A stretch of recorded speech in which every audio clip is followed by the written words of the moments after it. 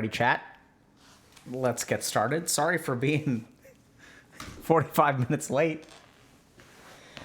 I don't know what it is over the last couple days, chat. So, I was walking in a parking lot last night, and someone started to have a seizure. So that, took my evening and night, and got home yesterday around 1 o'clock. And then I was thinking, man, it's like, it's so, I really appreciate being a doctor sometimes. It's like, it's a useful skill to have, And then was preparing to stream. And literally about 53 minutes ago, something else happened. So I had to take care of that. But all is well that ends well. Thankfully, everyone seems to be safe and doing okay. But that was a little bit different. It's been a long time since I've used my stethoscope. And seems like I'm using it on a daily basis now again for some reason. So sorry for being late. And I think I should be fine. I don't think I'm that flustered or anything. But there may be like some difference in, I'm just not in a standard streaming mood. So I just wanted to let y'all know. I think we'll be fine. Like, I think as we get into it, everything will be okay. But, it's just strange. And one thought that I have for y'all, if any of y'all are thinking about going into medicine, I think it's a fantastic idea. I think there's a lot of stuff that people talk about, a lot of concerns that people have, especially in the United States, like debt and things like that. I think it's a good profession to be in. You really learn a lot. I think it's useful information. It comes in handy at unexpected times. Not to say that other professions don't. I think if you're like into computer, you can be useful on a daily basis to grandparents who want to install software. If you become a professional chef, I'm sure that you could use that on a daily basis as well. So it probably comes in handy even more than medicine. But it's a good field to be in. And, sometimes people need you, and it's nice to be able to help. Is there a slight desync? I don't know.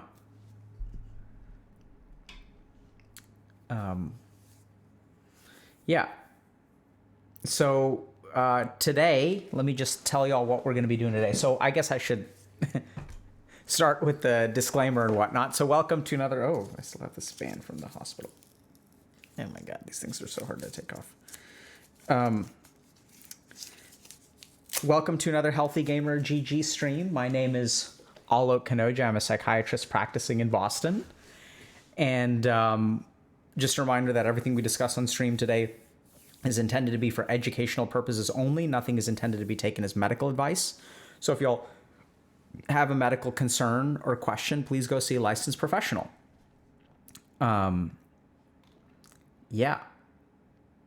Maybe reload the stream, maybe.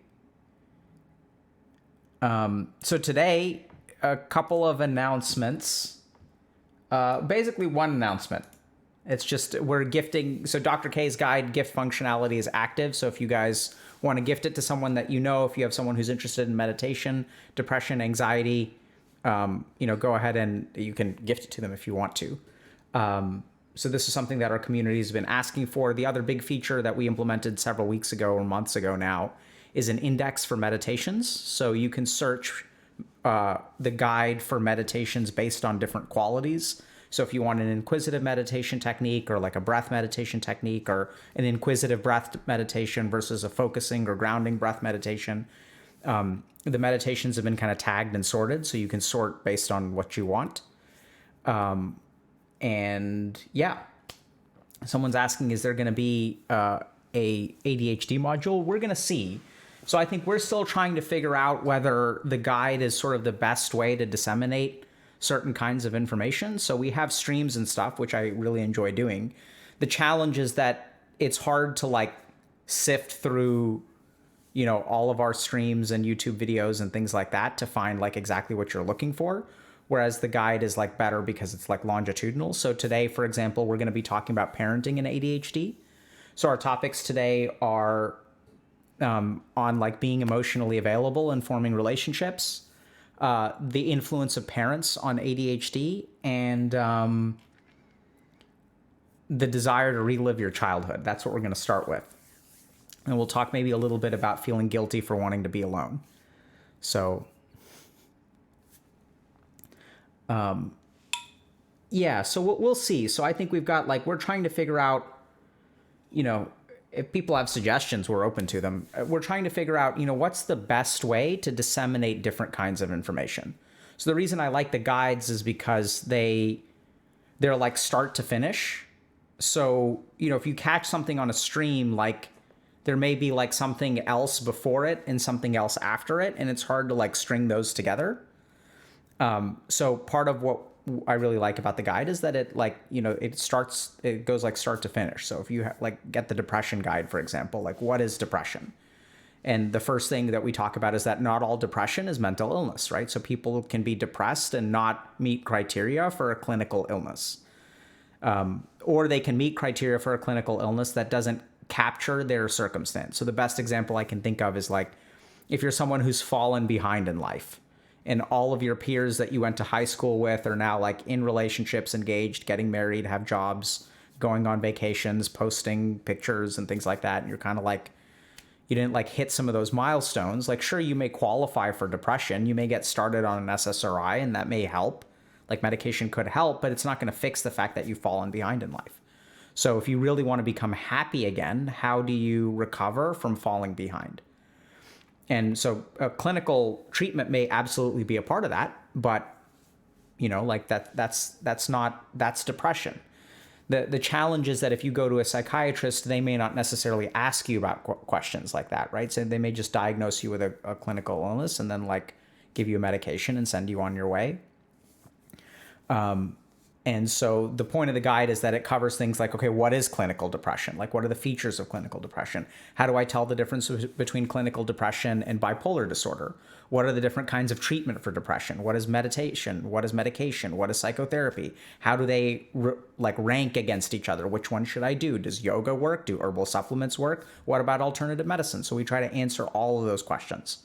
And basically what the guides are like when someone comes into my office, there's sort of the internal logic that I go through when I'm working with a human being. So if someone comes into my office and says, I'm depressed, the first thing that I'll do is try to figure out, is this a clinical illness or like not a clinical illness? And based on that, I'll share with them different information or lead them down different paths. And so that's what the guide was sort of simulating. So check it out. So let's get started. What do y'all want to do first?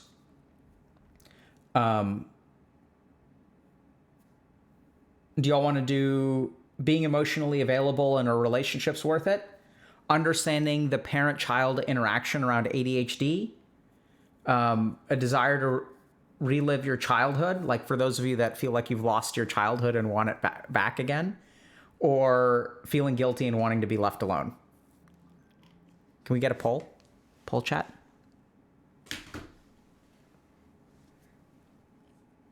Poll. Poll?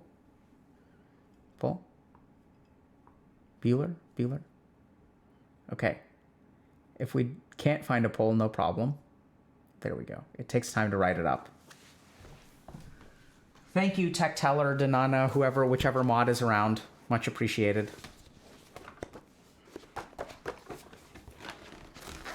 Let me see. Where's my notes? My notes, chat.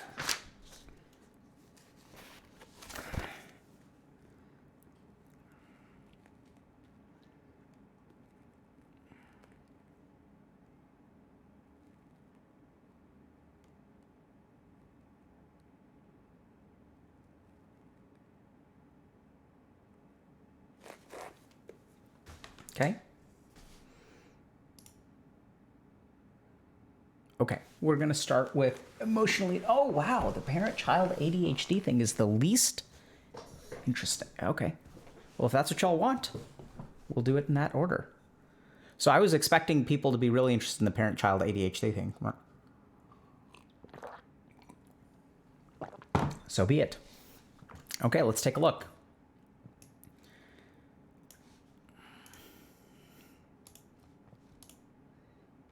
Okay, so we're going to pull something from our subreddit, as well as pull something kind of related from the Doomer subreddit. So let's take a look. Like I said, I got home at 1 a.m. last night due to someone having a seizure in a parking lot. So, all right, so let's jump in. Is opening myself to others worth it? For some time, I've been thinking about causes of my social anxiety. I've come up with various reasons I am unable to act normal. I have trouble expressing my emotions to others. I think I might have alexithymia. I was never an avid gamer in high school, but I spent a lot of time on the internet and was barely socially active. Few times when I feel something, I am afraid to express it as I worry how it might be perceived by others. I was bullied a bit in high school, so I was only my true self to 2 or 3 friends, as others could see my emotions and make fun of me. My family is weird. As I said, I spent a lot of time on my laptop. They started making stories about how I was a nerd and a bit autistic stereotypes. I'm normal, it's just I don't feel comfortable around them because I grew up with them making fun of me. Now I have trust issues with everyone. I'm constantly thinking of ways how I can control the conversation that they cannot make fun of me. Especially, I avoid talking to women as it can be perceived that I'm doing it for romantic interests. I don't even like making eye contact with them for the same reason. I can't even smile in public without mentally punishing myself for it. So in conclusion, I think the worst problem is me constantly thinking about how I am being perceived and then trying to control it. I'm afraid to show my true self and be made fun of for it or to be taken advantage of. The worst thing is that I don't want to change. I've thought a lot about it. This shell of no emotions has protected me and I have no reason to break it. It protects me from despair, and in exchange, it prevents me from forming genuine connections.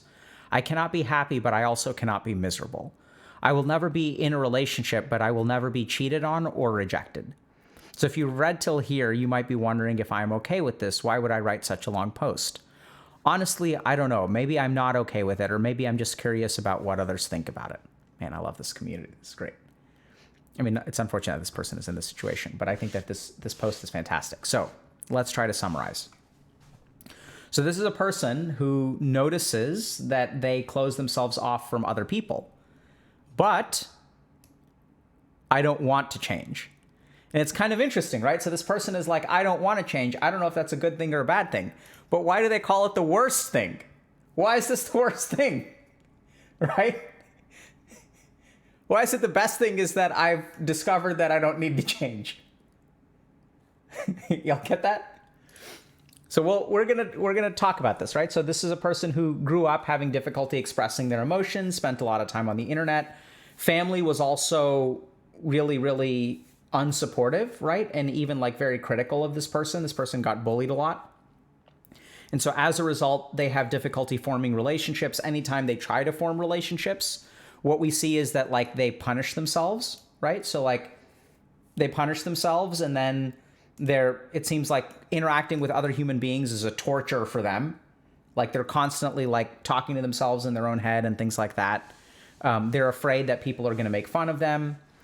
And at the end of it, like, so even if you have all these problems, like these problems are fixable theoretically, if you want to change and you try to change. But sometimes we have problems and what we decide is that we don't want to change. That we begin to realize that, okay, from a safety perspective, I actually don't need to change, right? Like, I can actually exist like this and I'll be totally fine. I may not be happy ever, but I won't be hurt. So I'll be sort of like, hanging out at home base in safety.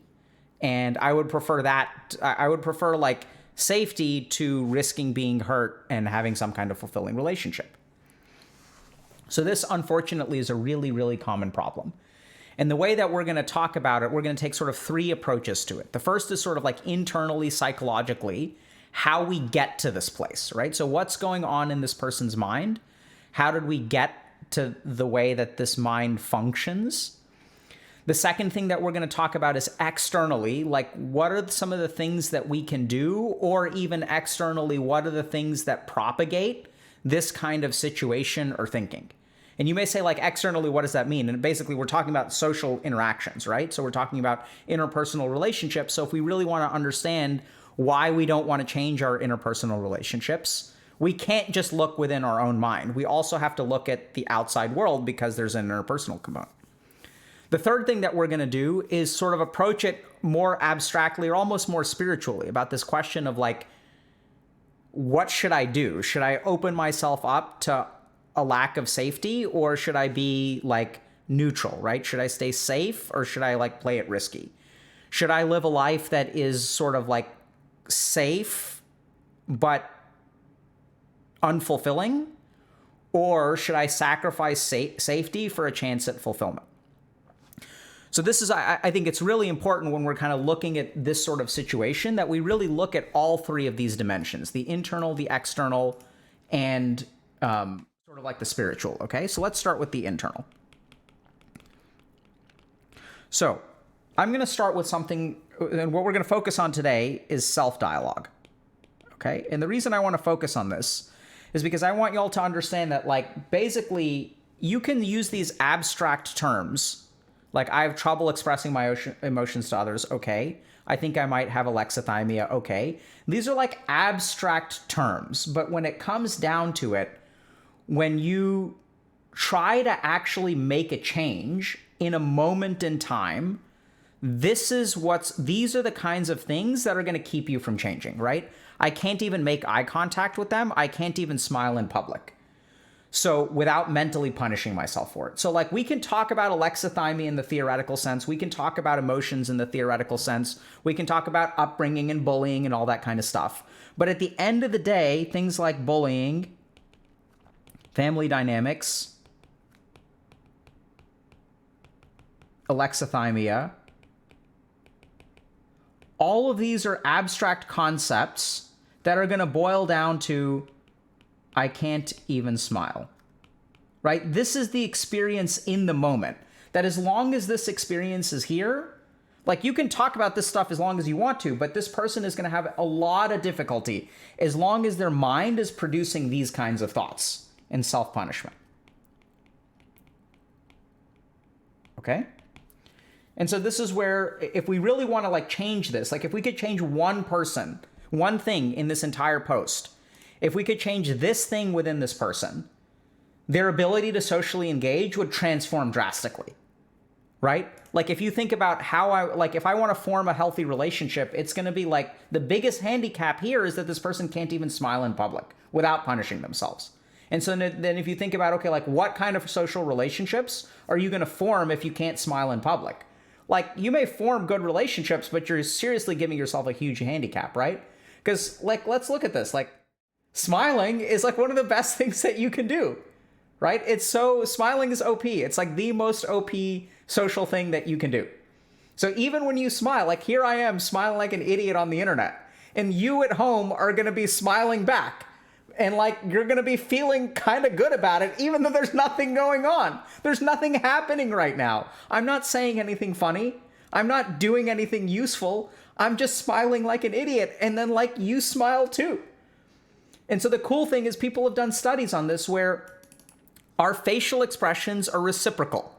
And what does that mean? That means that if I adopt a facial expression, I start to evoke an emotion. It's not just that emotions lead to facial expressions lead to emotions as well. Which is why, like, if you're watching this right now, you may feel like a little bit better, even though nothing's changed in your life. It's like, why are you even feeling good right now? Like, what's wrong with you? Right? But that's just how our brain works. So if we really want to think about, taking these big catastrophic problems, like, oh my God, I can't get in touch with my emotions. I can't, I can't make friends. Like, these are big abstract problems. How do you fix those? You can't fix those. Like, it's like, how do you fix not being able to connect with other human beings? There's no like A, B, C. There's no like YouTube tutorial. I mean, maybe there is. I'm sure there is. And I guess we're about to make one. I don't know. Like, people may have tutorials out there, but they don't like work that simply, right? It's not like the problem is solved after watching a YouTube tutorial. So what it comes down to, if you want to make a change in your life, and especially like in your social life, start with one tiny thing. And I'd say start in the present, because you can act in the present. And so that's why what I would end up doing is really focusing on one thing at a time, which is how we get to this place of not even being able to smile in public without mentally punishing myself for it, right? So then let's think a little bit about, okay, how did we get here? So punishing myself is a consequence of self-dialogue, right? So like if I smile in public, like I'm going to tell myself, like there's going to be this voice in my head that's telling me like, oh my God, like you're so stupid. Like this person is going to think you're interested in you. Like, let's say there's a woman, right? We don't really know the gender of this person, but they're like, okay, like they're going to think I'm romantically interested and they're going to think I'm a creep, right? So there you are trying to be like a normal human being and like smiling at someone because it's a pretty day outside and you're going for a walk and like you're trying to engage in normal social behavior. And then your mind is like, hey, asshole, stop being a creep, right? And like you're screwed. As long as that is going on, like you're screwed. So you're punishing yourself, okay? So let's try to understand, where does self-dialogue come from? So where do the thoughts in our head come from? I know it sounds kind of weird, but like, let's start with this. What language do you think in? Right? It's kind of weird. Like, what language do you think in? So chances are you think in the same language that you are the most proficient in speaking.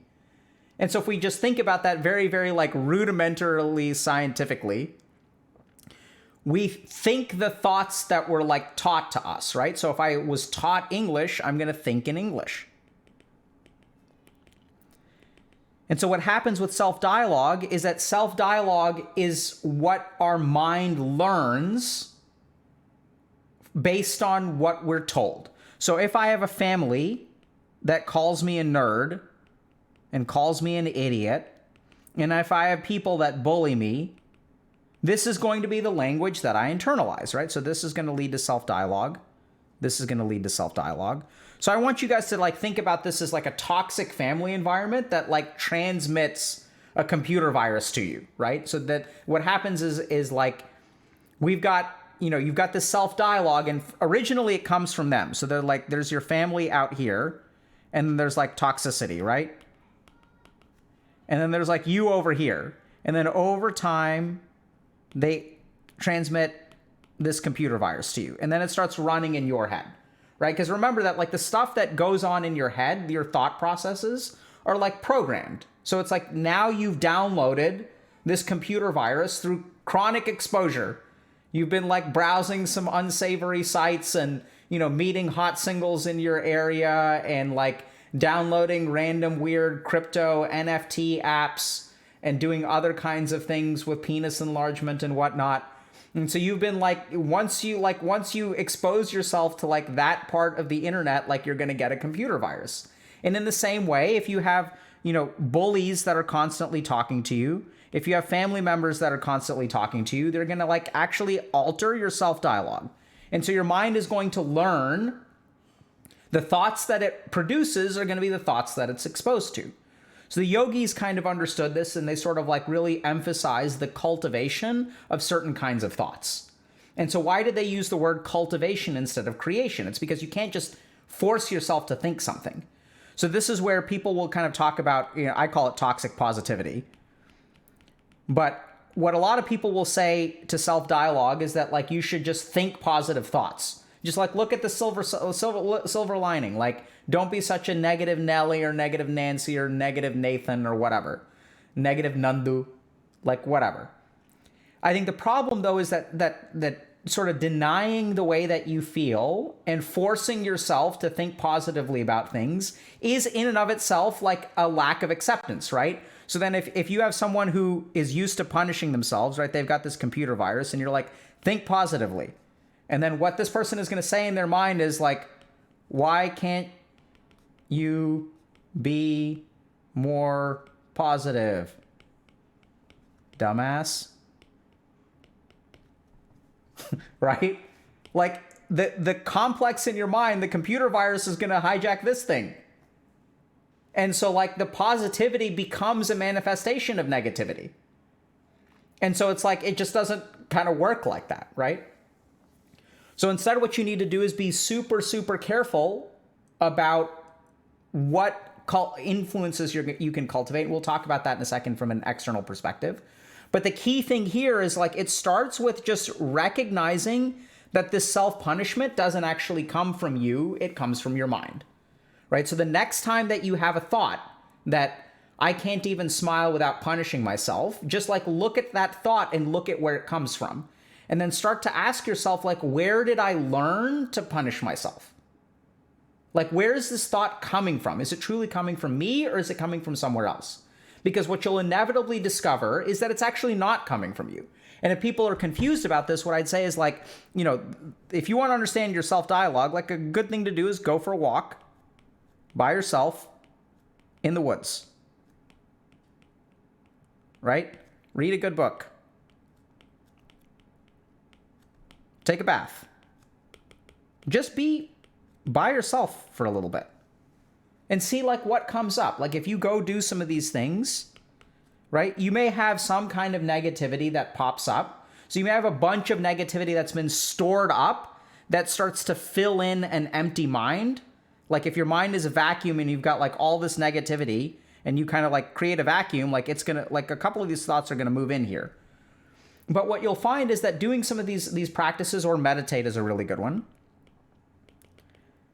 right? And what you'll kind of discover, especially if you do these like different shunya meditations or identity meditations, is that this crap is all just programming. It's all programming. It's echoes from bullying, from your family, from things like that. And now this is another problem, because if you have a toxic environment and every single day you get told negative things, that's going to propagate the negative energy of like stuff in your mind, because it's not just like piled up, right? Every single day you're downloading more and more like computer viruses. You're downloading like more and more and accepting like more and more negativity and toxicity. Now, some of that stuff is even coming from you if you sort of accept that. So the first thing to do internally is to recognize that your negative self-talk is actually not coming from you. And you may say, like, it's coming from your mind, it's not coming from you. And we'll kind of talk a little bit about what the difference is when we get to part 3. Okay? So recognize that this is not truth. You know, you're not actually a bad person. People are not going to think you're a creep just because you smile, right? Most people like are smiling at each other all the time. And like most people are not thinking they're creeps. Now they may think you're a creep if you like have unimpeded eye contact and you smile like a weirdo. Like if you're like,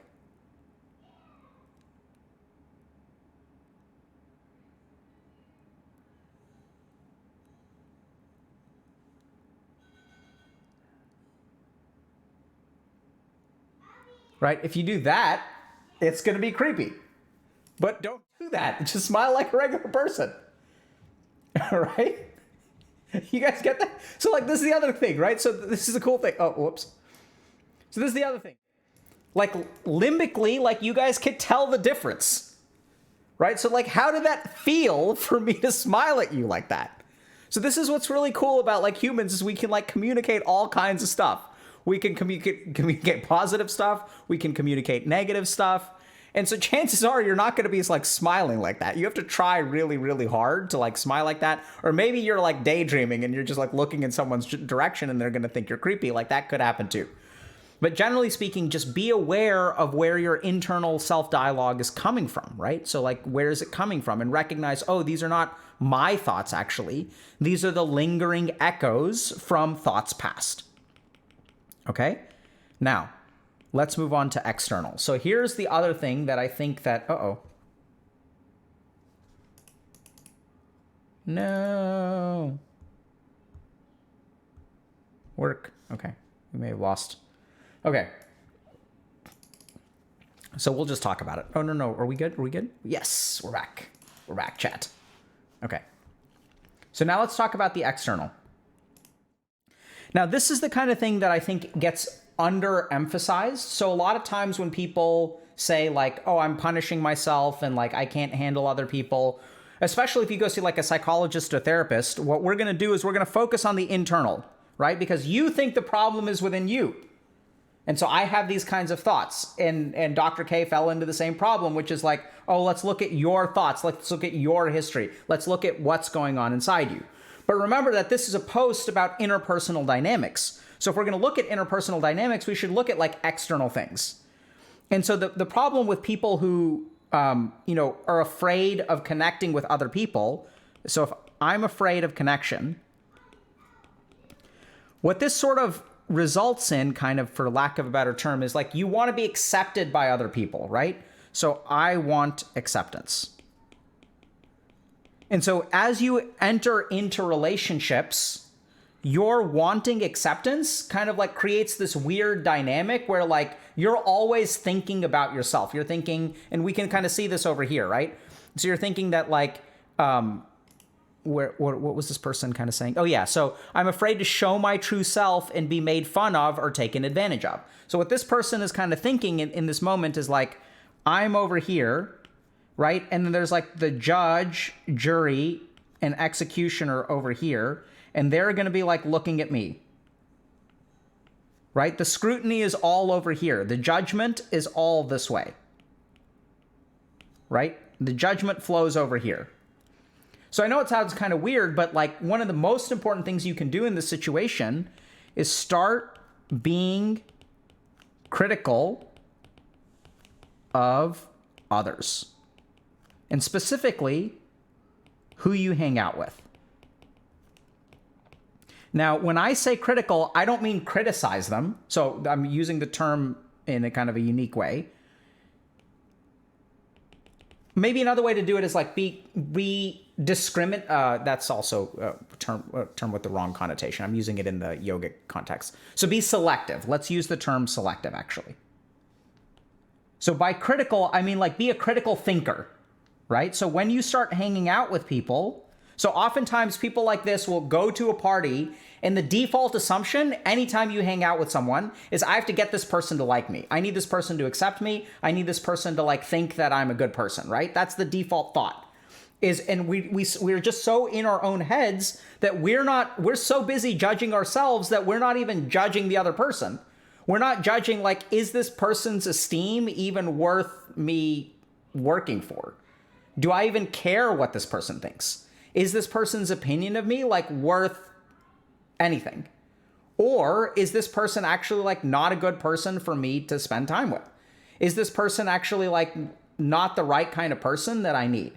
And so what I tend to find is that a lot of people who are socially anxious don't discriminate in terms of who they hang out with, right? So what I would actually say, I know it sounds kind of weird, but I would say discriminate not like in a racial sense or like anything like that, but be discriminatory, be like precise, and think a little bit about whether this person is worth your mental stress. Is this a relationship that you want to cultivate?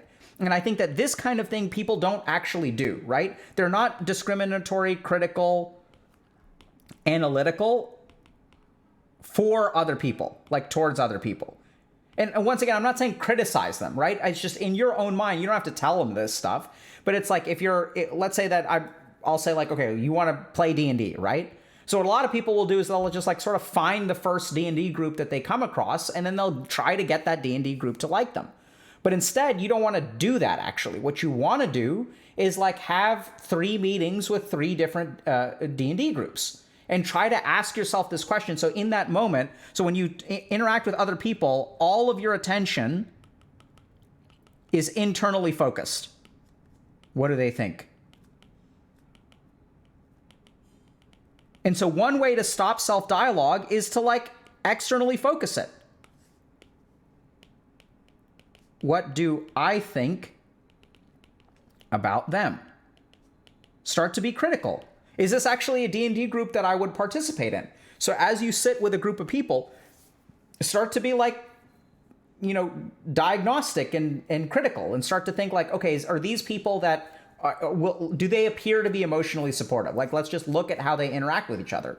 Are they nice to each other? Is there someone here who doesn't listen to other people? Like, are they do they get along well? Do they fight? Do they ignore each other? Like, what's going on? Start to be critical of others, right? And once you start being critical of others, then what you're going to do is like, there's going to be one group that's really fantastic. Second group is like, okay. And third group is like, not great. And then what you're going to do is you're going to select carefully. I don't want this. I don't want this. These are the people that I choose to hang out with. And once you start to be selective with who you start to hang out with, then you are going to expose yourself to a different kind of dialogue. And as you expose yourself to a different kind of dialogue, it starts to become easy to interact with them, right? Because they're not judgmental. Like, they don't call you out for like little stupid things. They don't make fun of you because of the way that you look or the way that you talk, right? They're just there to play D&D and have a good time, and that's important for them that you have a good time too. And if you spend time with those kinds of people, then like over time, your self-dialogue will change. Because remember, where does self-dialogue come from? It comes from other people. So if you have other people in your life that are doing this kind of thing, then over time, what's going to happen is some of these X's will be replaced by checks, right? And then your self-dialogue will be less toxic towards yourself. You'll be able to smile at yourself more, right? Because you're with a group of people that make you comfortable to smile. It's like you're going to feel like an idiot the first 10 times you smile, but something hilarious is going to happen, right? The barbarian is going to get turned into a giant gnome's foot and now has a unique stomping attack, right? But can no longer wield weapons. And then that's going to be hilarious. And then all you are going to laugh together. You're going to feel accepted. They're going to feel accepted. And like everyone's going to have a good time and you're going to feel fantastic about it. Now, why don't most people do this? It's because when you're socially anxious, you don't judge other people and you just take whatever comes your way. Okay? You just take whatever comes your way. Now, this is really, really important because where did you learn how to do this? And this goes back to the toxic family environment. So if y'all grew up with a toxic family environment, I know it sounds kind of weird, but there are going to be people in your family who left, right? There's going to be like some cousin or some uncle who like doesn't put up with this crap anymore. So they kind of pieced out. The problem is that there's a selection bias for the toxic family environment, which is that the non-toxic people or the people who know how to leave and don't accept whatever comes their way are the ones that leave. And what you're left with is a bunch of people who just take whatever comes their way and don't actually actively structure relationships, right? It's kind of like an interesting selection bias, if that makes sense to y'all. So you see the selection bias in other places as well, like academia, where like all of the people who are not interested in academics or interested in entrepreneurship or interested in like not, like all kinds of toxic stuff that goes on in academia, there are some people who don't want to play the game of academia and then they leave. But the problem is that if you go and train at an institution, everything that you're exposed to is academic. Even though the minority of physicians, for example, are not, the minority of physicians are academic physicians. The majority of physicians work out in the real world. But that's not what you're exposed to. You're exposed to an environment that is based on a selection bias. So if you have a toxic family environment, like the non-toxic people left, so what you believe is normal is to just take whatever comes your way, right? So, for example, if your family is mean to you, like the people who would have, let me put it this way, the people who would have stuck up for you are the ones who wouldn't tolerate that environment and just pieced out, right? Because they're not going to put up with that crap. And so then where are you supposed to learn how to not put up with crap, right? Where are you supposed to learn how to set healthy boundaries? Whereas if you have a toxic family environment that has unhealthy boundaries, the people who knew how to set healthy boundaries already pieced out. So this is where you have to be super critical about the kinds of people that you spend your time with. You need to be incredibly discriminatory. You need to be super picky, super selective. And this is like people don't think about this, right? No one tells you, hey, if you have social anxiety, forget about what's going on in your head and start to be super, super selective with who you hang out with, right? The first time you meet someone, ask yourself, because if you have social anxiety, you understand this. You don't even think about the other person at all. You never think about, is this person worth being my friend? You just think about, am I good enough for this person? What do I have to do to get this person to like me? You don't ever think like, do I even want to be liked by this person, right? Because you don't know how to be critical. So start to be critical of other people. Start to like be careful about the environment that you're selecting your friends in. Start to step outside of it. Recognize that you're going to be a little bit uncomfortable. But the more that you start externalizing your thoughts, the less uncomfortable you'll be. The more judgmental you become towards other people, the less judgmental you'll become towards yourself. Because you can only have a maximum amount of judgmental attention at a time, right? And we kind of see this on the flip side as well with narcissists who are so judgmental of other people that they never look at their own flaws. So it's like the same thing. It's like social anxiety and narcissism are kind of like at opposite ends of the spectrum. One is where I'm judging the entire outside world, therefore I'm completely oblivious to the internal environment. The flip side of that is social anxiety, where I'm judging myself so harshly that I'm completely oblivious to judging anyone else. You know, when you don't want to, like, yeah, okay? With me? Okay. So,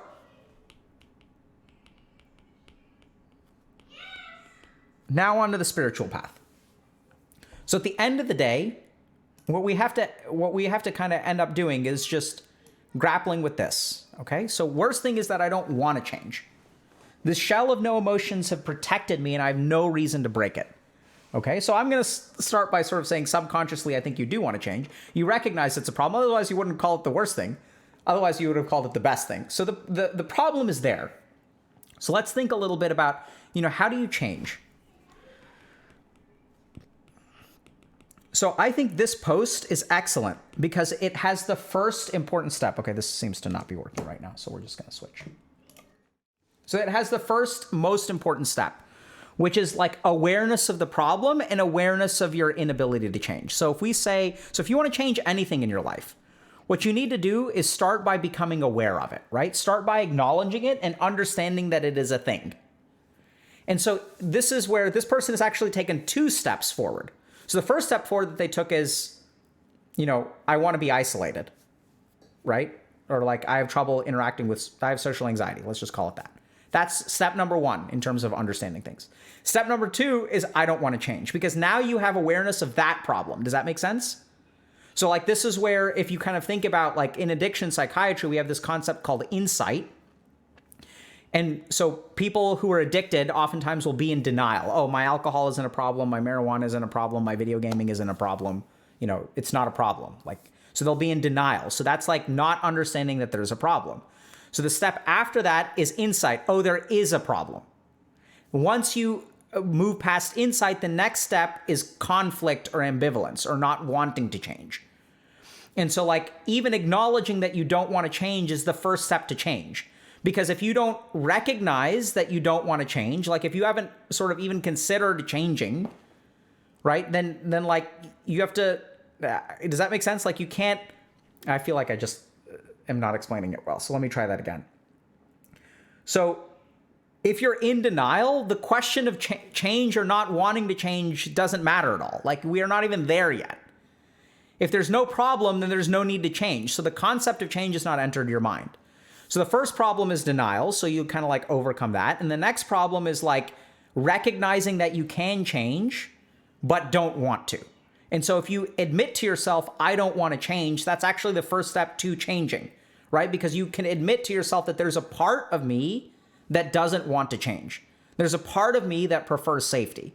And right now it may be the all of you, but it's not the all of you. It's just a piece of you that doesn't want to change. There's a reason why you've learned to put on armor, right? You've put on armor because it's protective. And so there's like a good reason why you don't want to change, because it's protective. And so at the end of the day, what you have to ask yourself is, what do you want from this life, right? Do you want a life of neutrality? Do you want a life of lack of connections where you don't have to be hurt, but you won't ever connect with anyone? And the interesting thing is that for some people, the answer may be, yes, that's what I want at this time. And that's okay too. You don't have to hopefully this person's pretty young. I'm just going to assume for a second that they're like in their early 20s. Who knows? Maybe they're a little bit older. But you don't have to want to change. You don't have to be ready to change quite yet, right? So what'll happen over time is, for some time, safety will be enough. Safety is what you need. When you're like taking damage every day, the first thing that you need is safety. So if you're still in your toxic home environment, I can totally understand why putting your armor on is like absolutely a good idea. But as you get older, as you become hopefully more independent, as you start to be critical of who you hang out with and start to cultivate relationships with people who are less toxic towards you, more supportive of you, what you will find is that safety does not lead to fulfillment. And what you will find is that your life will start to feel empty. It doesn't feel empty yet. That's okay. Don't worry about it. So be okay with yourself, be patient with yourself, and recognize that at some point those feelings of emptiness will be there. That like at this point, safety isn't enough. That doesn't mean you have to fix it now, right? So as those feelings arise, that's your body, mind, soul, whatever. That's your being informing you, hey, this starts to need to change, right? We eat when we get hungry. We don't have to preempt hunger. But hunger is our body's way of telling us, hey, it's time to eat. So for now, your body craves safety. By all means, give it what it wants, right? Be compassionate towards it. Meet it where it's at. Be nice to it. And recognize that at some point, it doesn't have to be now. You don't have to fix everything today. At some point, you'll start to feel unfulfilled. And you haven't made a mistake at that point. You haven't made a mistake. That's just when your body is ready. That's when your body is telling you, hey, this is no longer working for us. So like now I need to change, right? Now I actually do want relationships. And when you start to get that internal motivation, that internal drive, hopefully you've done some of that internal work. So hopefully you've done some of that external work. And then you'll be like primed to actually start to form really healthy relationships. Questions?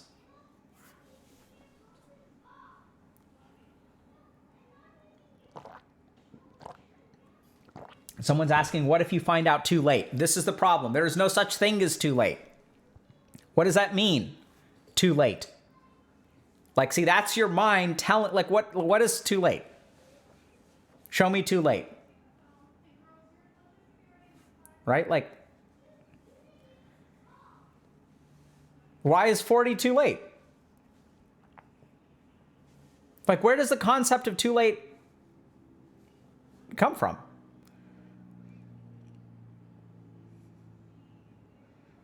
Right? So you'll do things in your time. There isn't a uniform timeline for life.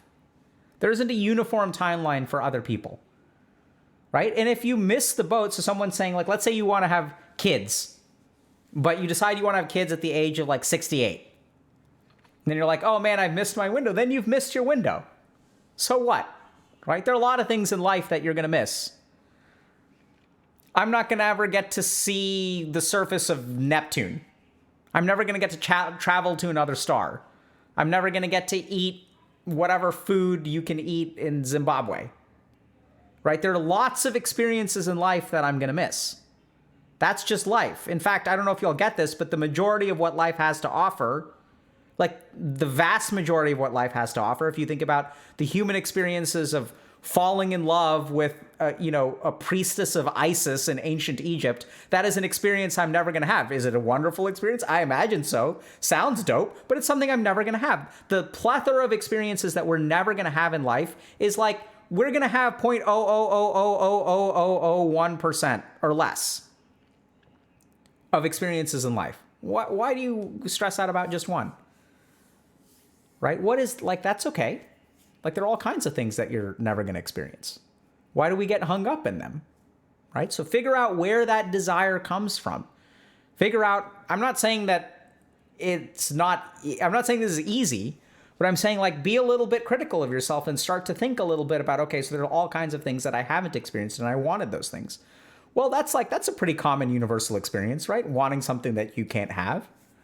And so then you can go through the grieving process. That's why our brains, I don't know if y'all realize this, but our brains have this literal process of letting go of things that we can no longer have or won't ever be able to have, right? We have actually like a biological neurochemical process of mourning and grieving. So we're capable of that. So then you mourn it and you move on.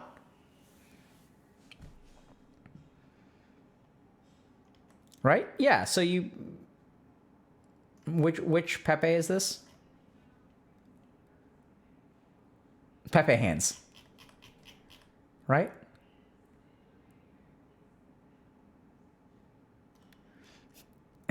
Okay. Asking again for visibility. What if I'm socially anxious, but I'm overly critical, picky on who I would like to hang out with? That's interesting. So I would say try to understand the nature of your overcriticalness or pickiness. So if you have recognized that you're too critical of other people, like, why are you so critical of that thing? Because telling you to be less critical, you should be less critical, move towards some degree of balance. But moving towards that center is going to involve understanding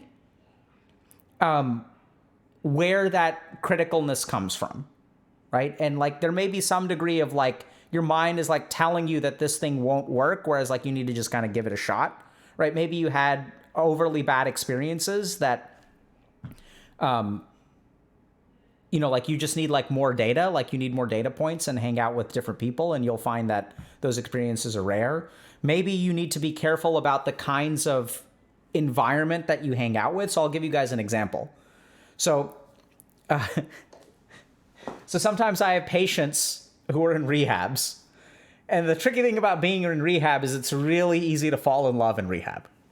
So I'll have like patients who will have like, you know, they'll fall in love in rehab because it's just so easy to fall in love in rehab.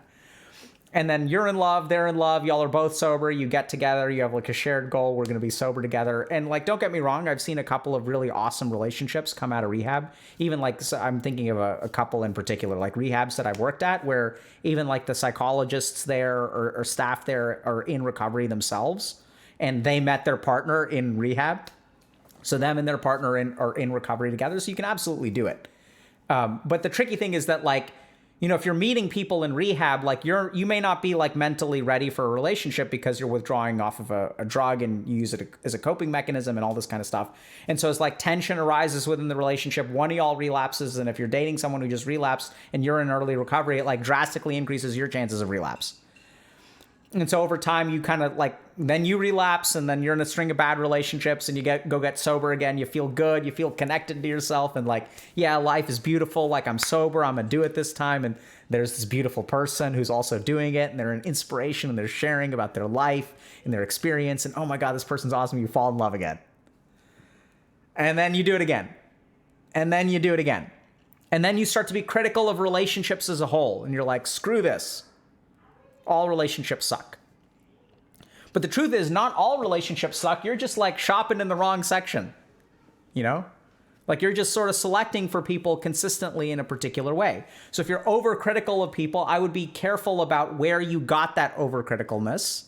And the reason that you became overcritical is maybe because you're shopping in the wrong section, right? So just be careful about that. So be very critical of the way that you meet people.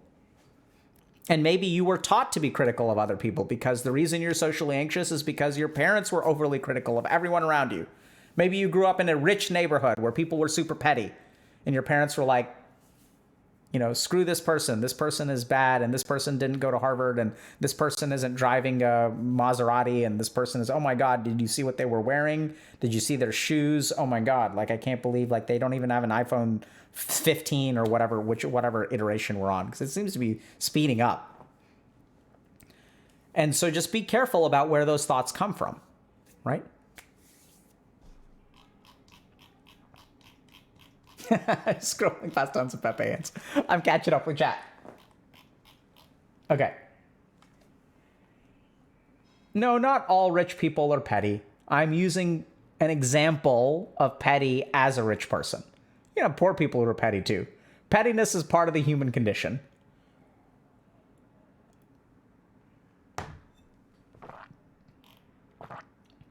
I'm drinking green tea. But I cold brew that stuff. Oh my God. So here's the thing. If you get like a good green tea, the problem is that it burns so easily, you know, like there's like a perfect brewing science to it. But what I love is I love a strong green tea flavor with no chance of burning. So I just cold brew that. It's cold. It's delicious. It's really good.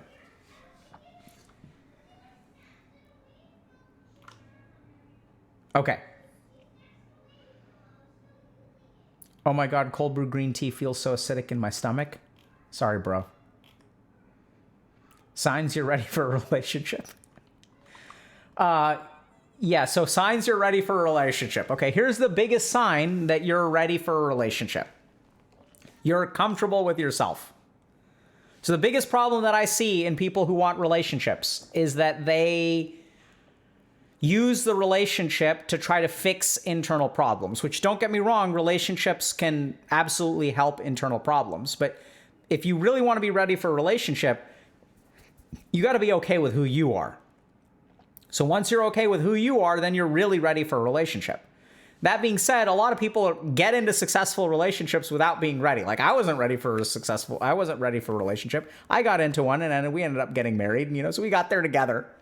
I think she was ready though. So that's the other thing, is it's like you can get into a relationship even if you're not ready, but like one of y'all needs to have your feet on the ground. You know what I'm saying? Like one of y'all needs to like be stable enough for the other person to grow.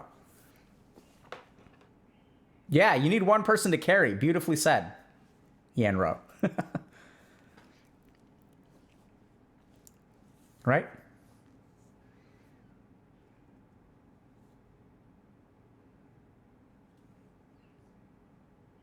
Yeah, so that's this. So someone saying I carried my girlfriend until I got tired. So here's the other thing about carrying in relationships.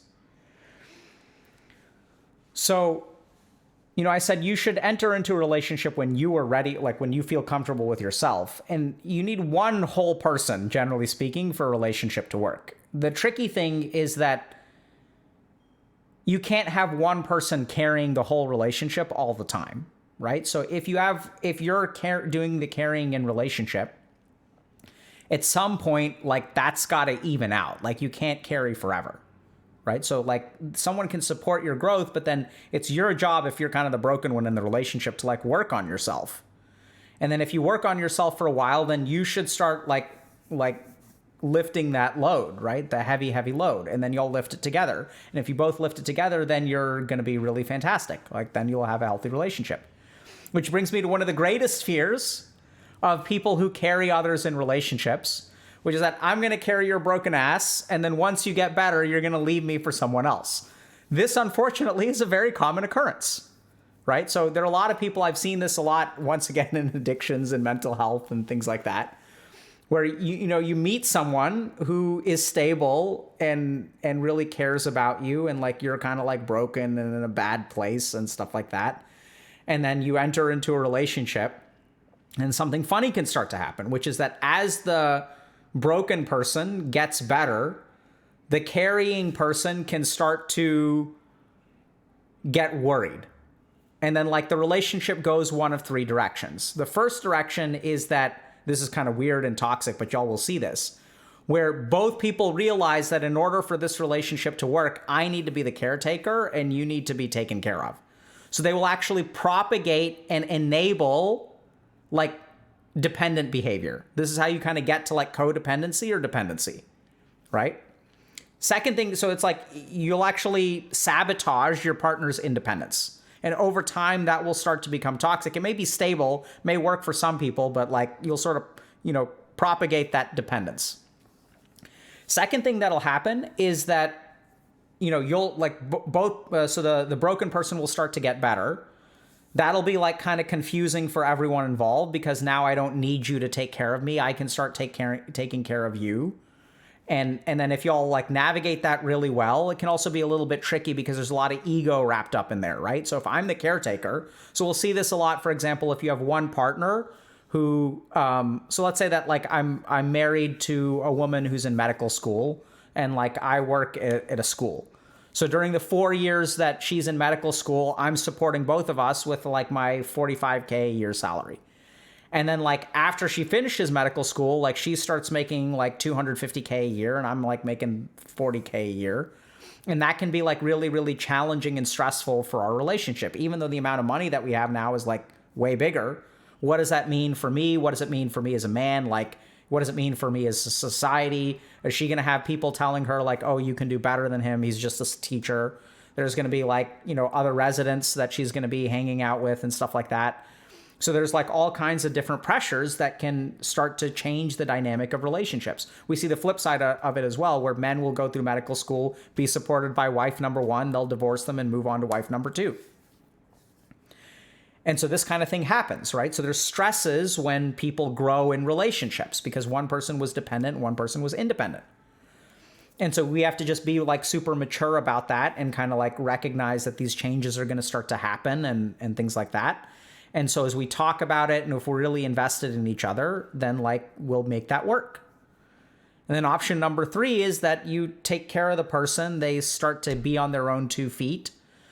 Then all kinds of weird things happen. The first is that your own self-esteem problems kick in because you were okay with this relationship as long as they were broken because you kind of think you yourself are a piece of crap.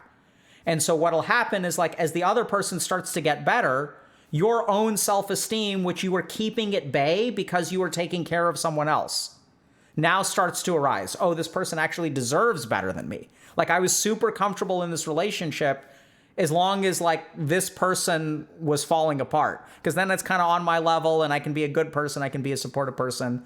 And you'll see this a lot with online dating where people will like moderate like how high they shoot based on their own self-esteem. So I'm going to like reach out to people who are like a little bit don't have their crap together because I myself don't have my crap together. And therefore I'm not going to feel good. Like I'm not going to feel comfortable. I'm going to feel intimidated by someone who has their crap together. And so interestingly enough, as the person starts getting on their feet, your own self-esteem issues could emerge. You could start to create all kinds of weird situations like, oh, like you do this kind of passive aggressive BS where like, oh, you just like them more than me anyway, right? Like, oh, you're just going to go hang out with your friends now that you're in shape, your attractive friends, and I'm just going to be at home. So they start like doing this weird passive aggressive self-pitying kind of stuff. And then what happens is like they start to push the other person away. And if you guys don't realize what's going on, they will be pushed away because they're like, no, I like you. I'm with you. I don't understand why like you want me to stop hanging out with these other people. Like there's nothing going on there. And then like the partner will feel jealous and then like they'll push you away. Right? And then like your partner will get pushed away because you're pushing them. And then the thoughts in your head start to become true. Oh, I knew it all along. I knew they were going to move on. Now that they've moved on, they're better. They don't need me anymore. When it's like, you're the one that actually pushed them away, but you don't sort of realize that, right? Other option is that unfortunately, sometimes there isn't weird self-esteem crap for the caretaker. Sometimes you do actually put someone together. And sometimes the basis of a relationship is someone having some kind of emotional need or dependence that they can't get anywhere else. So you guys do enter into a romantic relationship. And when you enter into a romantic relationship, a big part of what holds that romantic relationship together is that one of y'all is broken and one of y'all is putting the other person together. And then since caring for a broken person is the foundation of your relationship, as that person gets better, suddenly the foundation of your relationship is gone. And so the relationship can fall apart with it. And that can lead to a lot of problems, right? So on one side, there's resentment. I was there for you. When you were struggling, I was there for you. And now that you're better, you're tossing me aside. And there's also a bunch of resentment because like, I did all the work, damn it, of fixing you and putting you together. And some other dumbass is going to reap the benefits of the newer, better you. I'm the one who built your ass and someone else gets to benefit from it. Right? Like, ugh, that's so unfair. I have invested in you. You owe me. So there's a lot of resentment. Right? It can absolutely happen. Unfortunately, it's true. Right? Unfortunately, this does happen. That as you take a person and build them into a whole human being, and a part of your romantic relationship was like taking care of someone. And now that that's changed, now they're a different person and you're a different person. And on the flip side, this can also happen where like the person who is now whole recognizes the investment. But even though the relationship has fallen apart, they stay in the relationship due to guilt. This person has worked so hard to put me together. I owe them. They were there for me. I don't love them. I'm not attracted to them. But I owe them. And I recognize that I owe them. And so now I can't leave. Even though the relationship is not something that I want to be in, I can't abandon this person because they have done so much for me. Ooh, that's tough. Right? So the sad truth, I hate to break it to y'all, the sad truth is that sometimes you fix someone else and they move on with their life. And you can feel resentful. And I think that that's okay. Is it unfortunate? Sure. But like the good news is that, I know it's kind of weird. The good news, if I want to be optimistic, so hopefully they didn't just like straight up use you, because that happens as well, right? Like that does happen. Where it's like, we see this a lot with doctors where there's wife number one, literally. It's usually men. Maybe not usually actually. And I'm not too sure actually about the statistics behind it. But stereotypically it's propagated as men, which may be an unfair stereotype against men. Let's just say doctors. Let's forget about the gender dynamics for a second.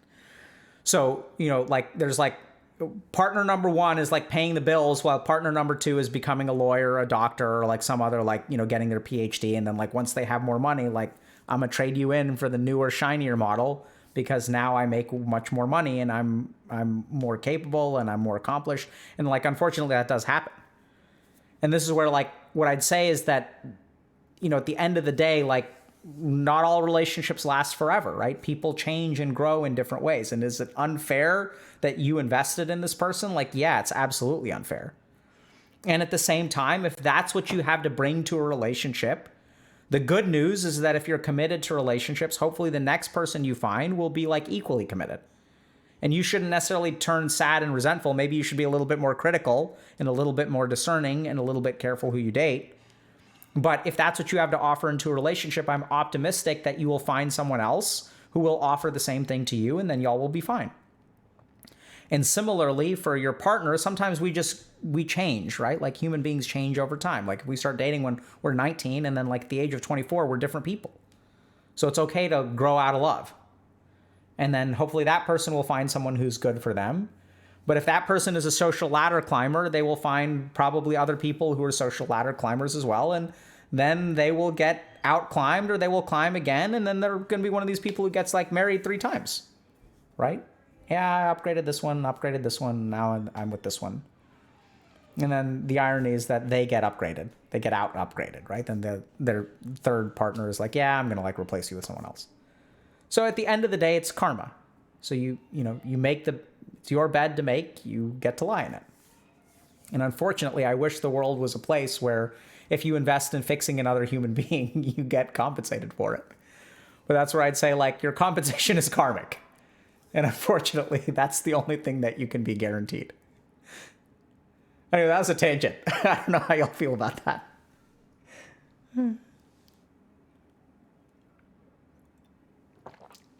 Do you think arranged marriages still have a place in today's age? Absolutely, man. Or woman. So do arranged marriages have a place? Absolutely. So it depends on what exactly you mean by an arranged marriage. But so here's the big advantage of arranged marriages, okay?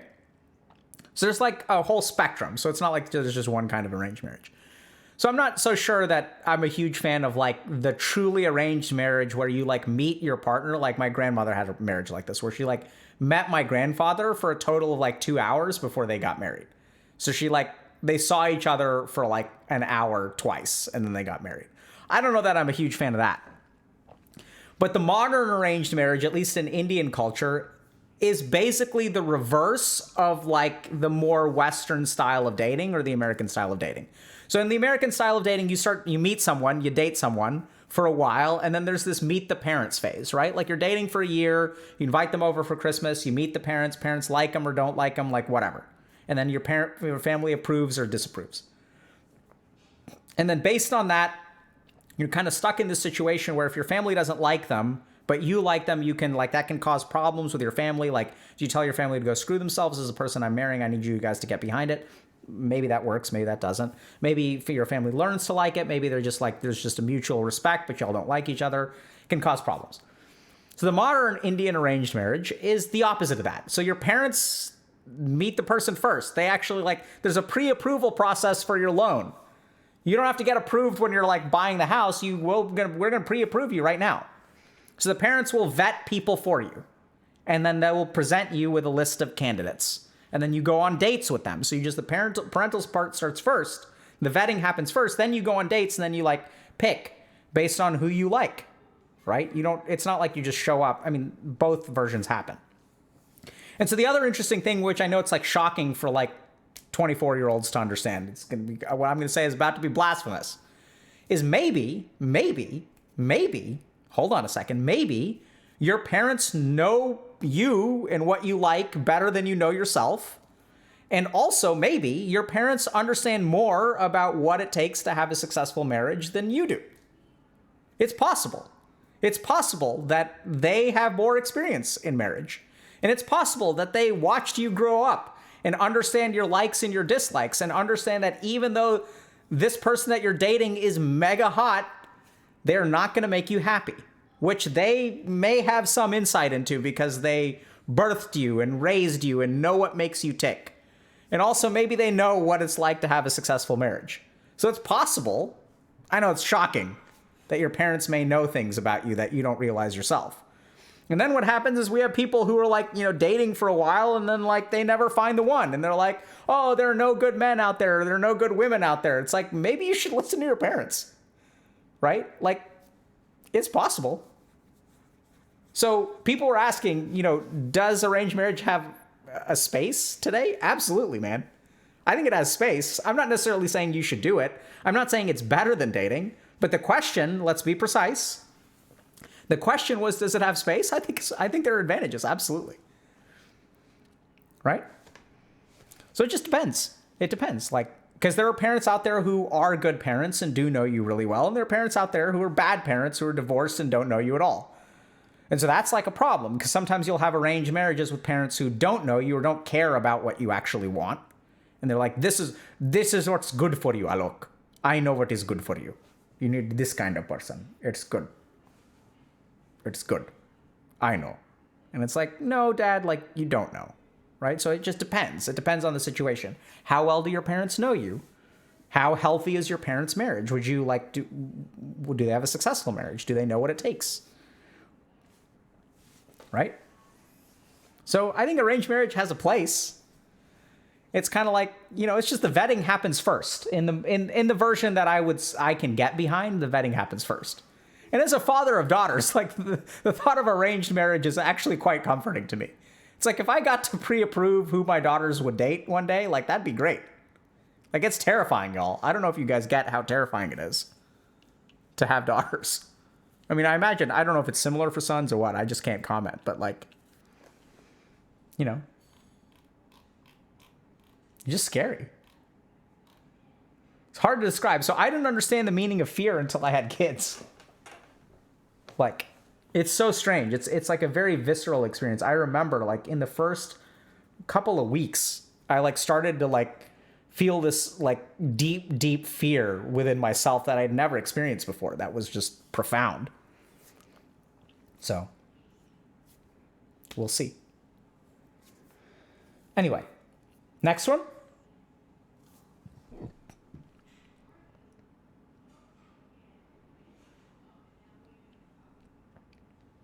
Okay.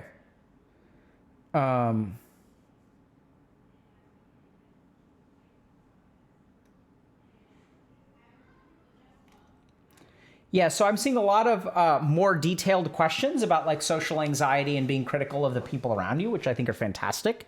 I'd say that another thing to just kind of think a little bit about. So part of the reason that we developed our group coaching program is because we sort of recognize that there's a lot of this stuff around internal dialogue, self-talk, acceptance, socialization, practicing how to smile. So there's we're not given as human beings a sandbox to understand ourselves, understand how to relate to others, and understand our emotions and cognitions. And so the purpose of the group coaching program, so a lot of people come in expecting a curriculum.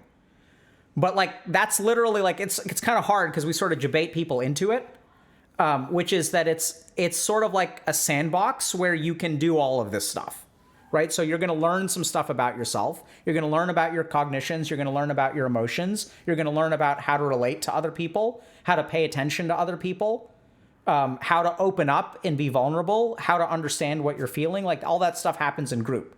The problem is that each person gets a separate thing from group. And I wonder actually about this for a second, because I saw someone asking in our subreddit. So we'll sometimes post testimonials and stuff, but the tricky thing about, posted testimonials is doesn't matter who they are, they're always just a little bit sus. I think we actually do a really good job. My favorite thing is when we post negative testimonials, which we've done before. And it's actually fantastic, because what we end up doing is, the reason we post negative testimonials is because some people are expecting the wrong things. And so we're more than happy to share what their experience is, because then the people who are looking at that won't sign up for coaching. Does that make sense? Where can I find this? Hold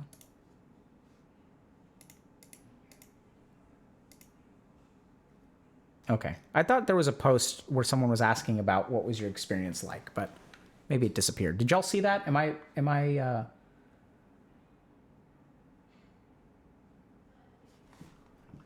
So I was just curious what that person would have said. Oh yeah, here it is. So there's I'll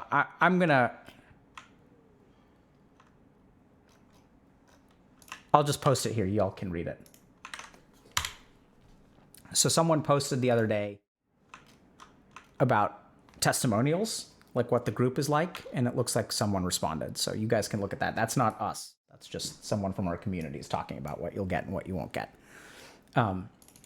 Okay, reliving childhood.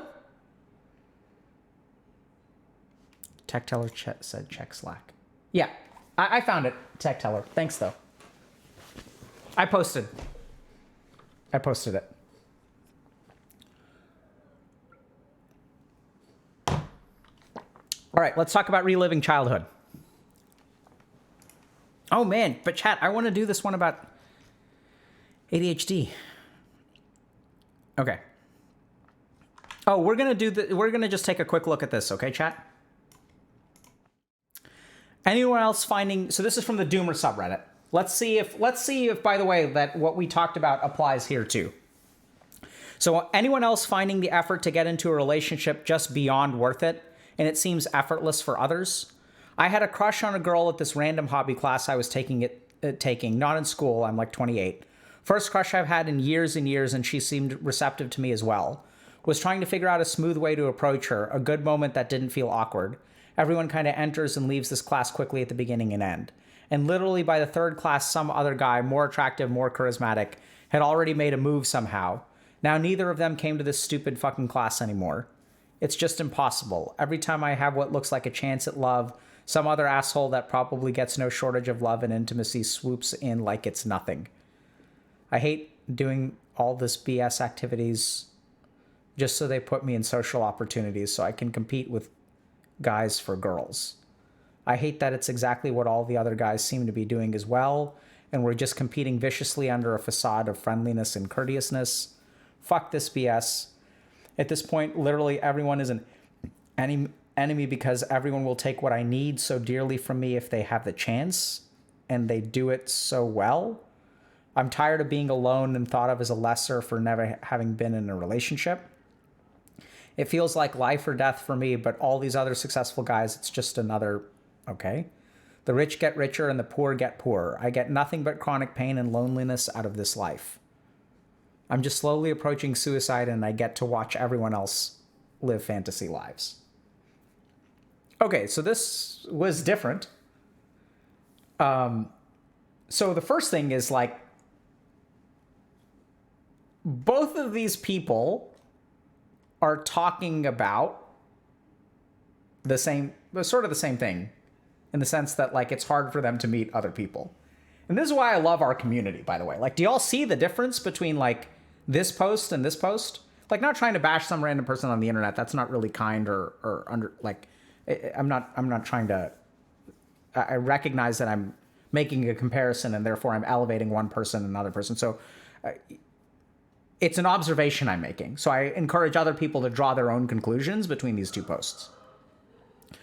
But like, this is why I love this community, because I want y'all to see. So like, you know, when I said that this person has taken 2 steps forward, this is an example of someone who's taken 0 steps forward. I don't blame them for it, right? Because like, being taken steps forward is something you have to be taught. Like, you just don't like know how to take steps forward like magically, right? They have to be taught. But this is the difference between like our community and the rest of the internet. And so I just want to like give a huge shout out. And this is why I say, like, when I say that, you know, this is a great post and I love every question, it's because this is actually an excellent post. Like, this person has a lot of self-reflection. They're starting to look at the causes of why they are this way. What are the influences? How did I get here? Right? And then they're noticing, okay, now that like this is how I got there, what is my experience in the moment? And then they're even noticing their own internal resistance. They're like, I don't even want things to change. And yet they're calling it the worst thing that they don't want to change. I've thought a lot about it. I don't even know why I'm posting. I'm sharing this. I'm not quite sure why. It's the frontier of my understanding. But the attitude is, hey, I put some thought into this. I put some work into this. I've started to realize what are the hypotheses that could be going on in my life. And this is where I'm stuck. And they come to our community and they're like, help me out. Or they're not even asking for help. Right? But they're asking for help. They're posting for a reason. And our community is there. This person posted this because 1,000 people or 10,000 people or 100,000 people before them commented in Twitch chat, made posts of their own, and everyone is reading it and everyone is growing.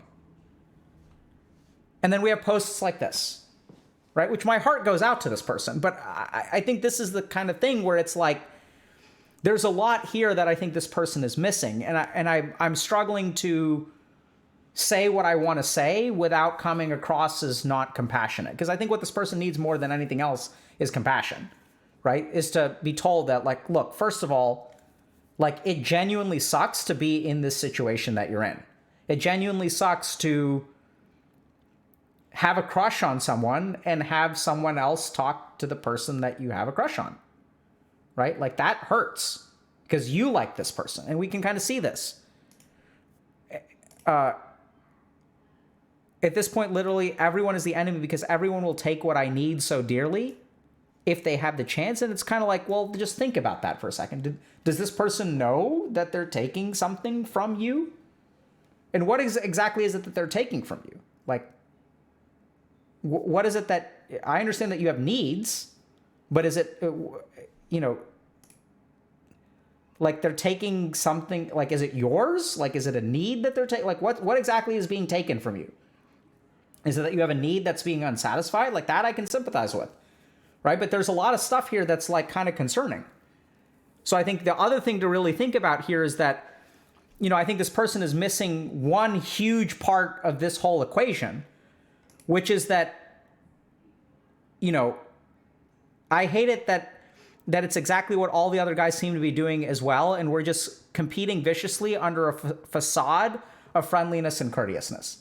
And if I had to say there's one thing that this person gets wrong, it's that the rest of us, I don't know if I'm us, but I would say that other people don't have a facade of friendliness and courteousness. They're actually friendly and courteous. And if you're fighting a war and you feel like you're vicious and resentful and people are, like, stealing things from you and you pretend to be friendly and courteous, that's the problem. That's why other people are swooping in and making it effortless. Like, it looks effortless for them because they're being genuine. What takes effort is fighting an internal war and presenting yourself as something else, right? That's where all the effort comes from. This person is so stuck in their own head. And literally by the third class, some guy already made a move somehow. How does this person even know? Like, now neither of them come to this class anymore? Like, what happened? Are they together? Are they friends? Did they both drop out? Or are they screwing in the bathroom while you're in this hobby class? Like, how does this person even know what is going on? So this is the depth of, for lack of a better term, cognitive bias. Right? Was trying to figure out a smooth way to approach her. Like, how about you just be, instead of putting on a facade of friendliness and courteousness and trying to be smooth, you just, like, go up and talk to her. And if you're trying to avoid feeling awkward, like, good luck, bro. Right? I mean, it's okay to feel awkward. Just walk over and say hello. And this is the kind of thing that I think is really, really important, is that we construct these huge, like, complexes in our mind. And, like, we're so in our head that we're not interacting with other human beings. Just go and interact with another human being. And then if you tell this person to do this, then you will see the real problem, right? So if I were to, like, talk to this person, I were to say, hey, just, like, go up and talk to her. And then comes the real problem. The enemy is not this other person. The enemy is not the woman. The enemy is not society. The enemy is, if I tell you to go up and talk to another human being, whatever arises within you which prevents you from engaging with another person, that is the enemy. But I'll feel awkward. Well, like, that's the enemy. Like, the solution is not to change society or to, like, get mad at this dude. Like, how is it, like, what did this guy do wrong? He just went up and talked to her. Right? What is this person's sin? That he's more attractive and more charismatic than you are? Like, that's the person's fault?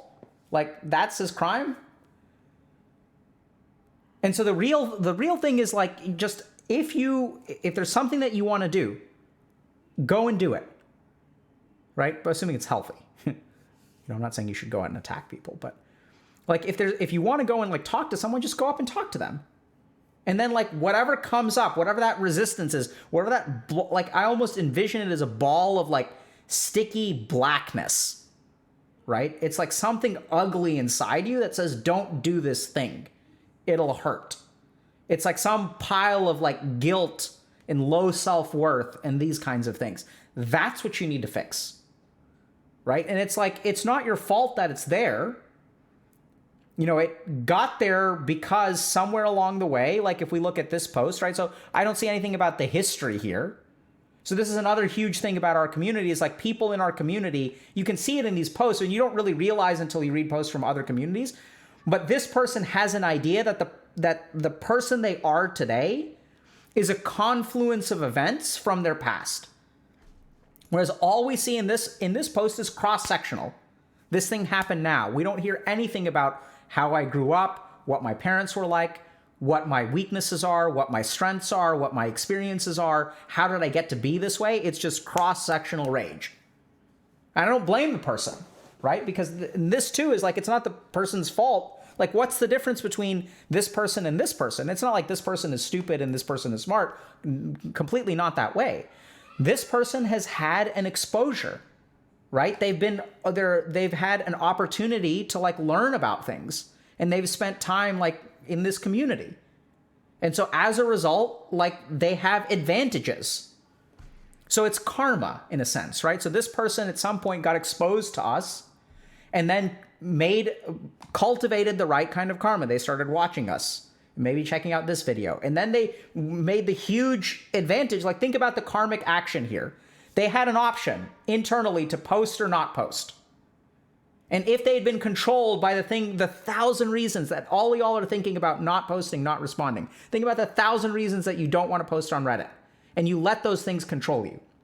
Whereas this person was like, this feels idiotic. I can guarantee you that this person probably feels stupid about themselves at some point in this post, right? And they even acknowledge it right here. Look at how self-reflective it is. It's awesome. You might be wondering if I'm okay with this. Why on earth am I writing this? It feels dumb. But even if it feels dumb on the inside, not letting that feeling of idiocy control you and going out and just writing the post. Do y'all get this? And so this person, despite feeling awkward, despite feeling stupid, is going out on a limb, and we're going to be here to catch you. And the problem is that somewhere along the way, this person probably went out on a limb, and no one was there to catch them. And then they went out on a limb again, and no one was there to catch them. And now we even get to situations like this where they didn't even do anything. They didn't even go out onto the limb. And they feel like no one is there to catch them. They feel like someone is yanking them off of the limb, even though they're never on it. Right now, something is being taken away from me. And so they say, I get nothing but chronic pain and loneliness out of this life. Like, that sucks. It's really hard. And this is the really tricky thing about, if you're in a situation like this is, it's not your fault that you are in this place. And yet it is your responsibility, right? It's not your fault that you were born into this life. It's not your fault that you had the parents that you had, or you had, the crushes that you had, or that you had you were unlucky enough to get a crush on a girl who someone else was presumably interested in, which I'm not even so sure that they were. And that she was responsive to you, and that, it's not your fault that you chose. Maybe this person has a boyfriend or a girlfriend, like who knows, right? There are all kinds of things that are not in your favor. And at the same time, you are here, right? We are all here. Like, this is our situation. You have to deal with what you have in front of you. And if you don't want to, I totally get that. I'm not going to say if you don't want to, that's not good enough. I may say that at some point on stream. But this is where, I don't think you should have to do it on your own. This is where, this community especially, life is a co-op game. And what this person needs more than anything else is help, right? This person needs to, be able to share this stuff. And I'm kind of curious what the responses say. Yeah, so, this is actually, a really nice response. But, I think it's tough. It's tough. But if you resonate more with this person, I'm not trying to like bash this person, but I think that y'all hopefully can see the difference between these two cases. And this is the value of like self-reflection and internal work. Self-reflection and internal work moves you from here to here. And then the key thing here is that if you are in this situation where you think that the world is against you, like the solutions are not in the world. It's not, you don't need to be smoother at talking to women. We've seen this if you guys have seen our numerous interviews with like incels or like people who have trouble talking to women or whatever. Like 90% of it is in their head, right? The actual rejections and stuff may be real, but in terms of what really holds these people back, it's like actually in their head. And yet this person spent 3 classes trying to figure out how to talk to someone. What do you think was stopping that person from talking to someone? They talk about, well, it's this kind of, like was trying to figure out a smooth way. Everyone kind of enters and leaves the class quickly at the beginning and the end. And it's sort of like, okay, so if like people leave at the beginning or end, if people are like coming in, walk up to her and introduce yourself. So that's all it takes on day 1. You see someone, you just walk up to and say, hey, my name is whatever. And then like, you don't make a big thing out of it. Nice to meet you. I'm just trying to meet everyone in the class.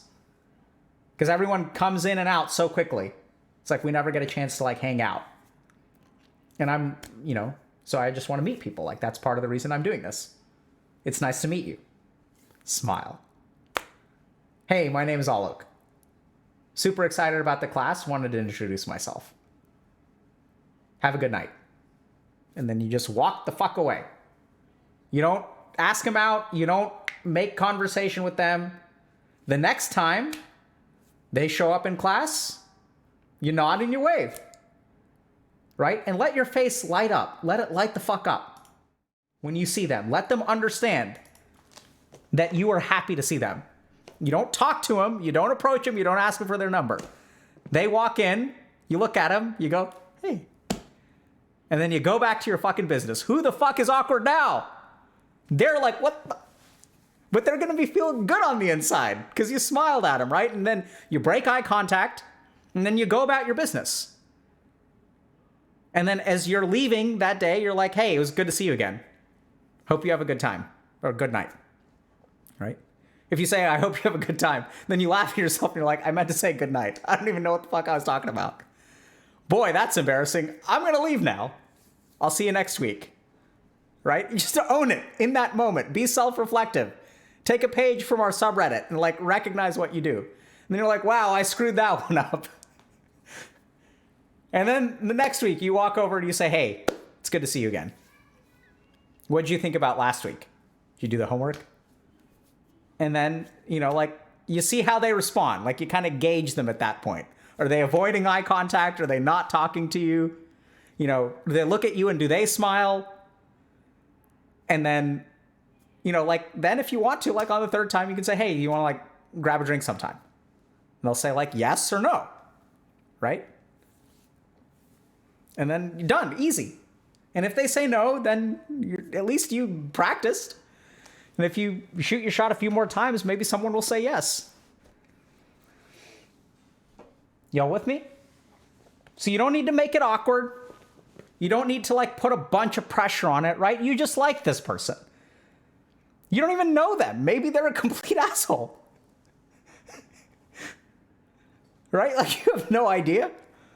Why are you like building this castle in your sky about, oh my God, it's like the first crush I've had in 28 years. Like, oh my God, people are stealing her away from me. What about my feelings? It's like, get the fuck out of your head, man. If you want to ask her out, just ask her out. And this is where, when I say just ask her out, right? This is me being an asshole because like, oh my God, like that's so hard. And I get that. I get that. But this is the thing. If you want to change, when I say just ask her out, the pile of crap that comes bubbling forth, this vomit of like oil that comes bubbling forth, that's what you need to work on. And if you can fix that, then the rest of it, then you will start to, I know it sounds weird, not have a facade of friendliness and courteousness. Because that crap is on the inside and you have to like put on a mask. Hello. My name is Dr. K. I am so friendly and courteous. How is your day today?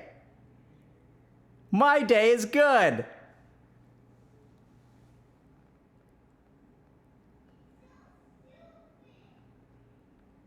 I like your shirt. You are very pretty.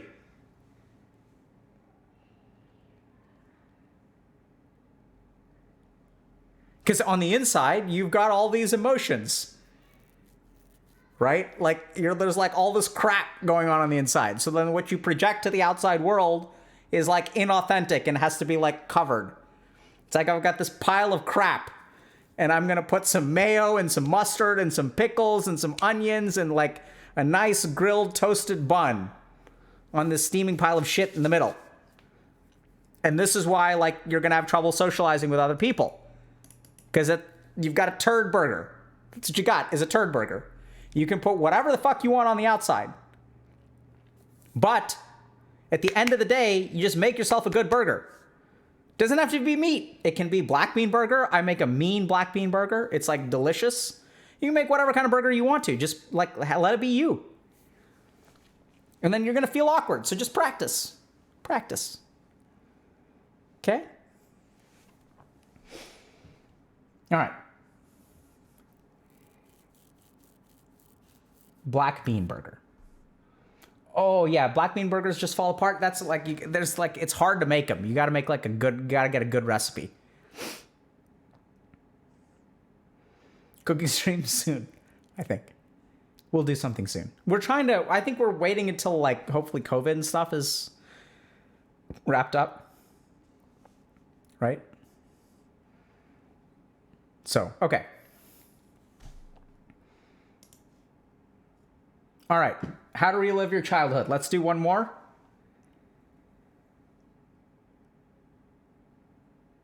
Can we have a day about CPTSD? We have there's a video on YouTube about a great interview.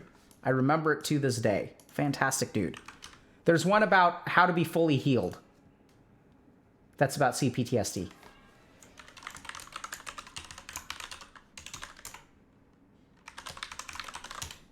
See if I can find it. Yeah. So check this out.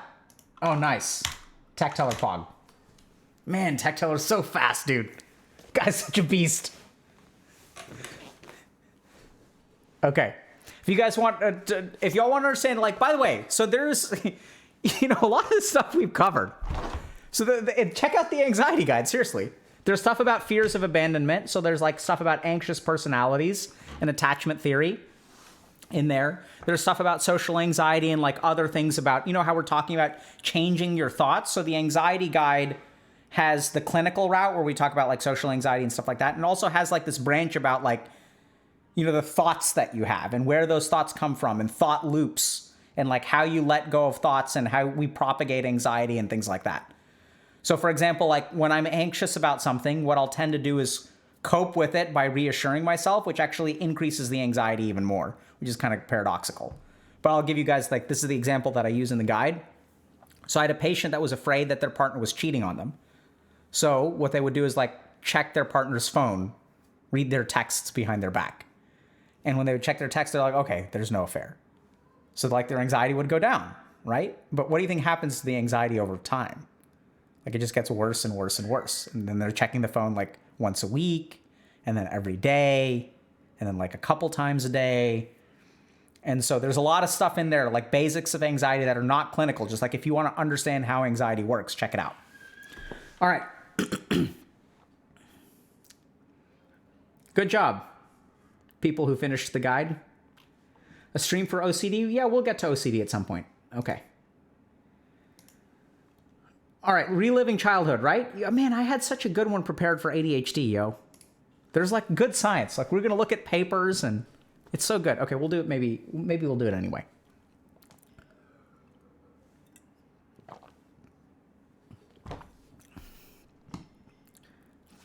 ADHD and parenting or reliving your childhood? Is that green tea infinite? No. But I'm capable of adding more water. Childhood. Okay, childhood.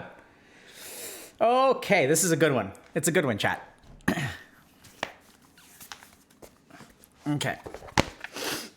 Let's do it. We doing okay, by the way? Everyone's doing okay? Ready to keep going? Okay, maybe we'll do both. Maybe we'll do both, okay? Let's just do what we can in the time that we have. Because that's life. Okay. I'm prepped. Okay.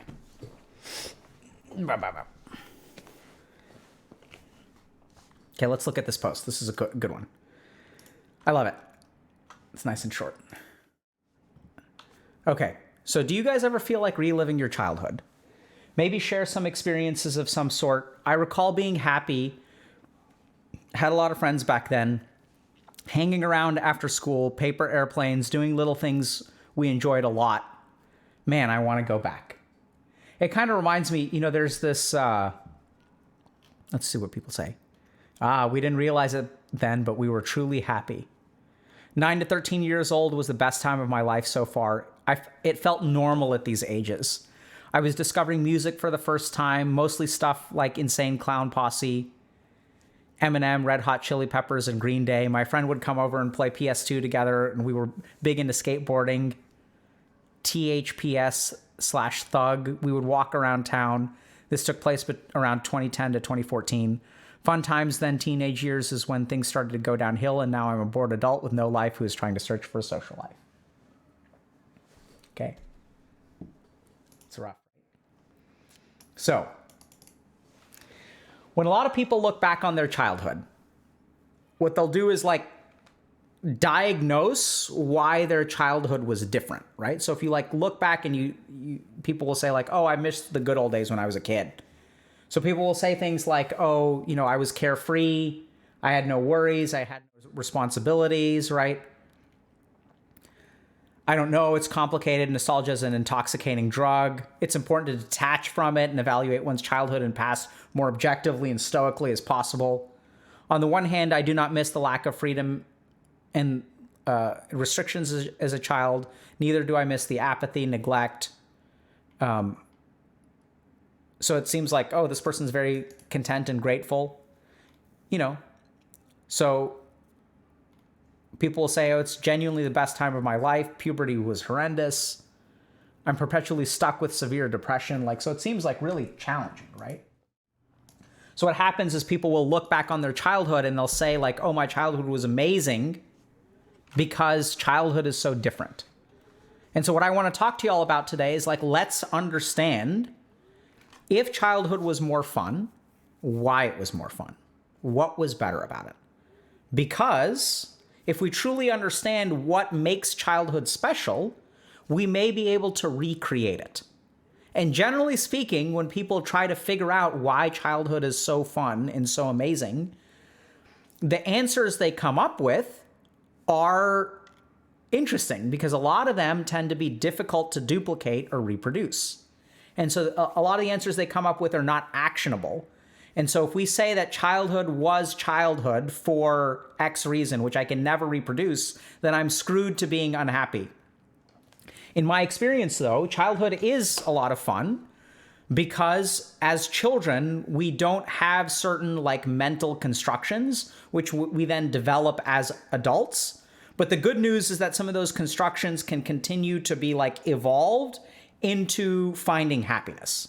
And this is essentially what kind of Buddha and like, you know, the Eastern path sort of figured out, is that being happy in life, there's actually a formula to happiness.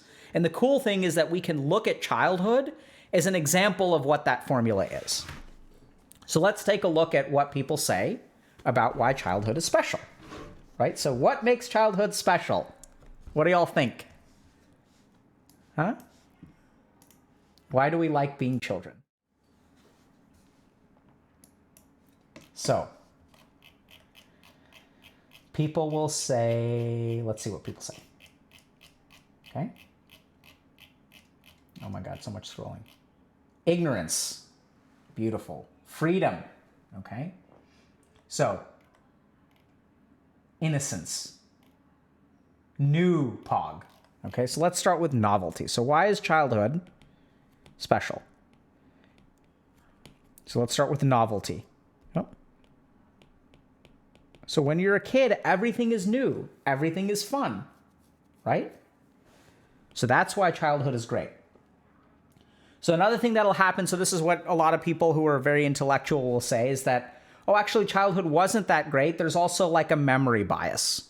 So if you have like the science chads, right? And that what they'll cite all kinds of statistics, which is correct, by the way, that, you know, a lot of our memories are like fabricated. If you think about, for example, the first 5 years of your life, like how much do you remember? You're not going to remember much at all. So there's sort of like this recollection bias. And so we tend to have, you know, warm and fuzzy, albeit inaccurate, memories. Possible, right? Everything is new as a kid, sure. Other things about childhood. So if we're talking about like why childhood is fun, our reward circuitry is different. So this is really important to understand. So when we're kids, we are driven by something called intent to mastery. So when we're kids, like, so if you give a kid a ball, if you give like a 1-year-old a ball, what do? They'll like throw it, they'll drop it, they'll play with it. When you have a 9-month-old, so 9 months old is when most people start to crawl, and they start to walk at the age of 1. So when people are like walking at the age of 1, when a kid is learning to walk, what do they do when they're first learning to walk? They fall, right? They all fall all the time. Fall. So then the question becomes, so we've seen a lot of posts today. A lot of people are like afraid of failure, right? Like, I'm afraid of failing. I'm afraid of asking this girl out. I'm afraid of asking this dude out. I'm afraid of like failing this test. Whereas kids, like, they fall and they fail all the time. Right? Like, most of like the first year of your life as a child is filled with failure. From the very get-go. Like, you don't know, like, even, you know, kids don't know how to suckle. Like, they don't know how to breastfeed when they're born. Like, there's instinct, but then they have to learn how to do it. It's like, I don't know how to do this. I don't know how to grab things. I don't know how to walk. I don't know how to talk. I can't, like, move food from the plate to my mouth. If you really think about it, like, a child's life is just full of failure. Full of failure. They can't do anything, man. They're kids. Like, what, this 13-year-old can't do shit. They can't drive a car. They can't even like play with toys properly. Like, they can't catch a ball. They can't walk. Just failing all the time, dude. Complete noobs. Like 0 XP. They're like not even level 1. It's like this character barely has a name. Has no gear. Right? So they fail all the time. So what's up with that? So the reward circuitry of children is different, right? They become insensitive to failure. I mean, they can get frustrated and stuff, but they've got this thing going on called intent to mastery, which is what a group of psychologists, I'm blanking on the name. So we're like looking at it, and one psychologist realized, this is whack. No matter how many times you give a kid a ball, they will try to pick it up. No matter how many times they drop it, they will try to pick it up. They'll keep trying to pick it up. So there's a big drive to master stuff as a child. And this is also why video games are so addictive. Because, like, if we start playing them, we want to get good at them, right? And kids, especially, like, if you look at, like, kids who, like, grind video games, they'll get super absorbed in a gritty video game. And that's because this intent to mastery is active, where failing, we become somewhat resistant to failure. Okay? So the next thing that people will talk a little bit about is, and so let's say novelty is rewarding, by the way, right? Everything is beautiful because it's new. Next thing that people will talk about is no responsibility. As a child, I was free. I had nothing to worry about. Freedom. No worries. I don't have to pay rent. I don't have to check the mail. I don't have to change my diaper. My diaper just gets changed for me, yo. This is some legit stuff, right? And so then what happens is people say, like, okay, so if this is what makes kids fun, if this is what makes childhood fun, like, what happens as an adult? Everything becomes old. I can't listen to music for the first time. We can see it on this post. It's actually really good. You know? Like I was discovering insane clown posse. I was discovering music for the first time. Discovery, right? And now that I'm an adult, I have discovered. Everything is old. For the memory bias, like, yeah, things were maybe warm and fuzzy. I don't know. You know, like our brain kind of forgets, but now we don't forget anymore. Right? It's horrible. We do not forget the way that we used to as kids. We can see that in the Doomer post, right? We don't forget now. And so since we don't forget, we remember all the bad stuff.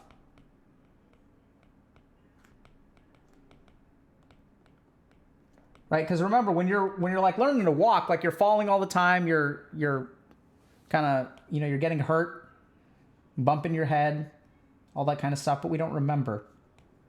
So it's easy.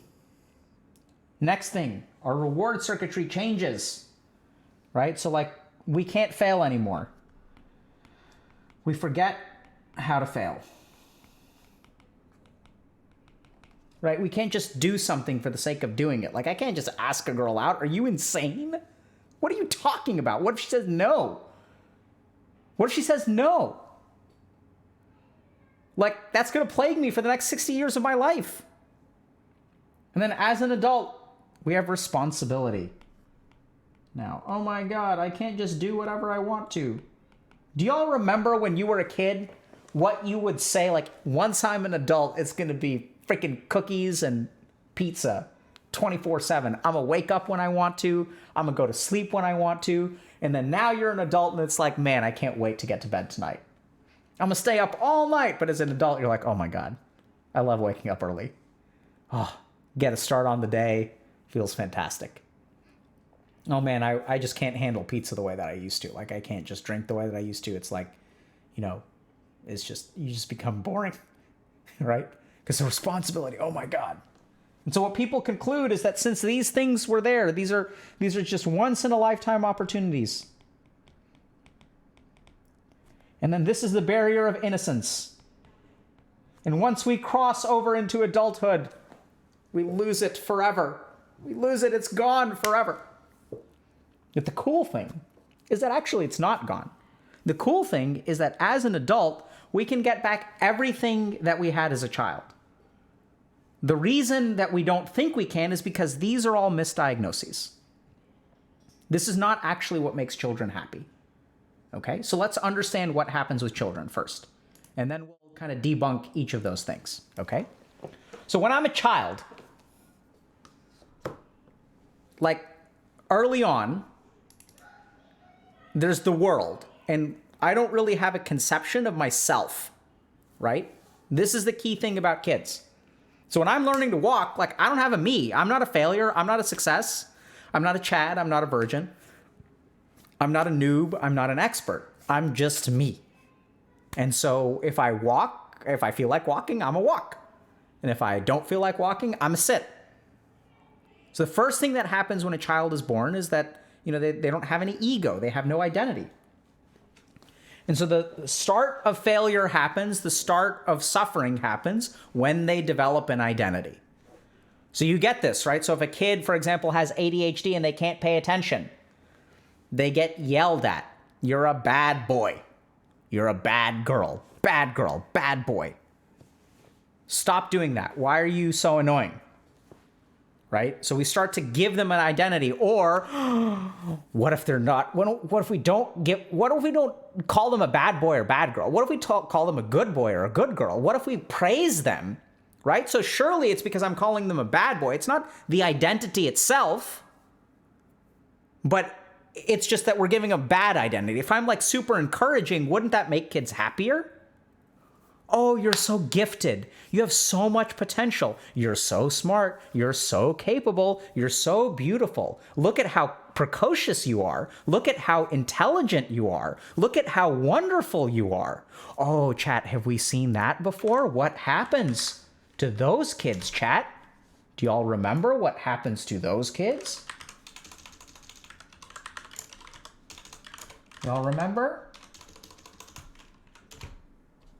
Ooh, this is a little scary. So, oh boy.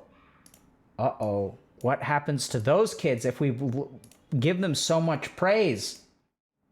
Oh no. Uploaded a month ago. 1.4 million views. Gifted kids.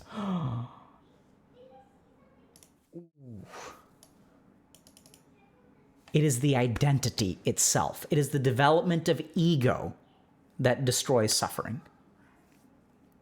Right? If I think of myself as an expert Dota player, I'm the best Dota player in the universe. Or if I think of myself as a crappy Dota player, I'm the worst Dota player in the universe, and I lose a game, how do I feel? If I'm the best Dota player in the world, oh my god, I'm the best, I should be able to win. Urgh. If I'm a crappy Dota player, you see how crappy I am? You see how terrible I am? Oh my god, I'm such crap.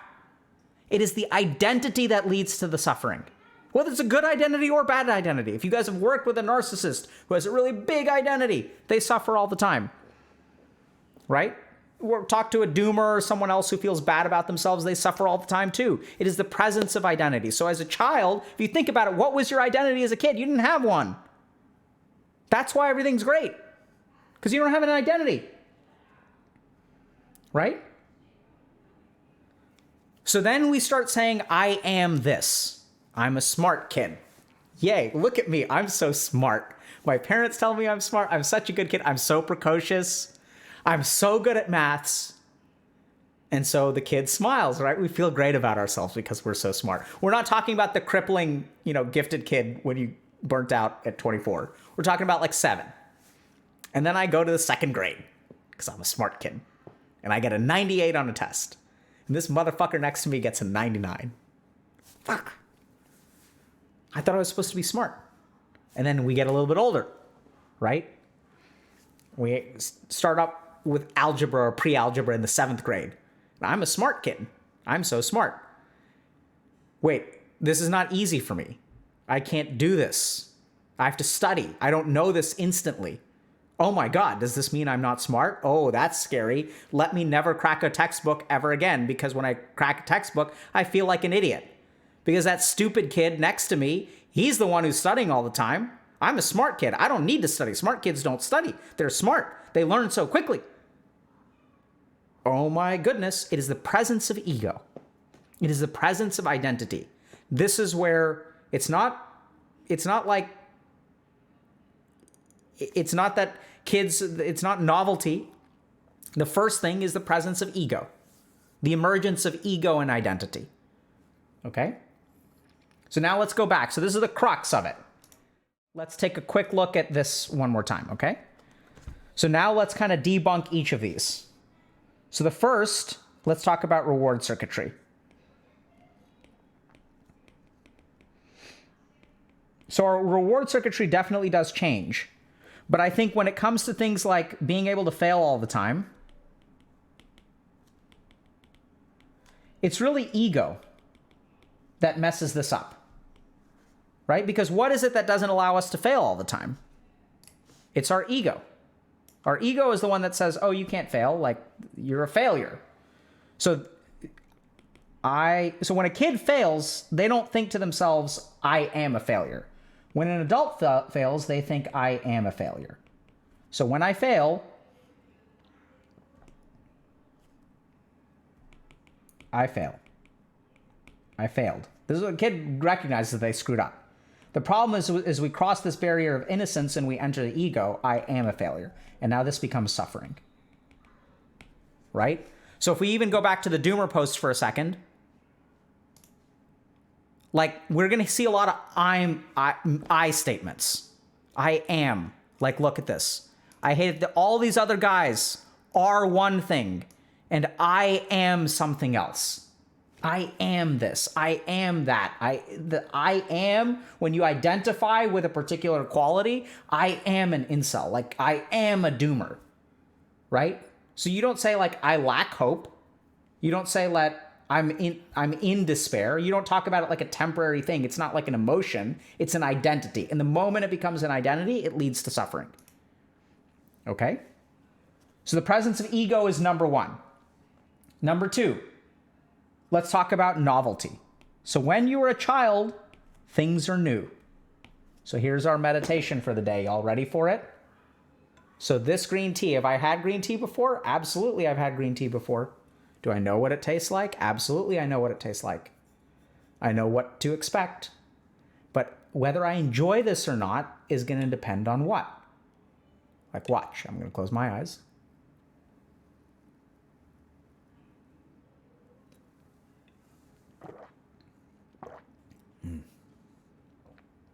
Man, that is delicious.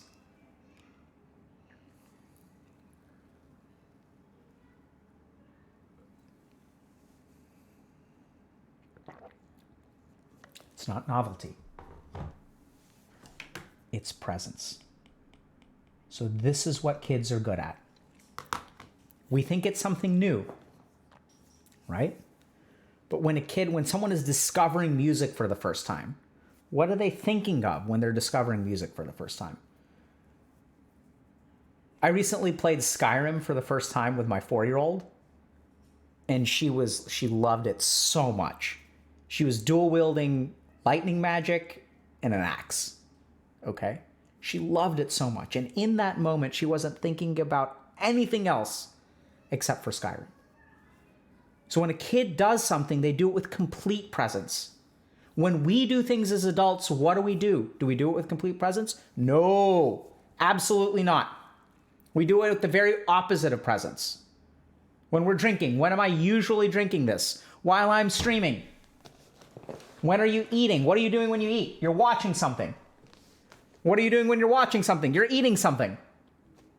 You can't do anything with presence. This is why video games are so damn addictive. Because when you're in a video game, it makes it easier to be present. You don't have to think about all the things. When you're trying to study, what are you doing? You're thinking about this girl in your class. When you're thinking about asking out the girl, can you just ask her out? No. You're thinking about what she's going to say and how stupid you're going to look. As an adult, you lack presence, right? We become not present. It's not novelty, it's presence. So now, why do we think it's novelty? Because when you do something new, it is easier to be present. Right? So let me give you all an example. If I walk out of my office and I see a porcupine sitting on my toilet, I will be completely present. I will be like, what the hell?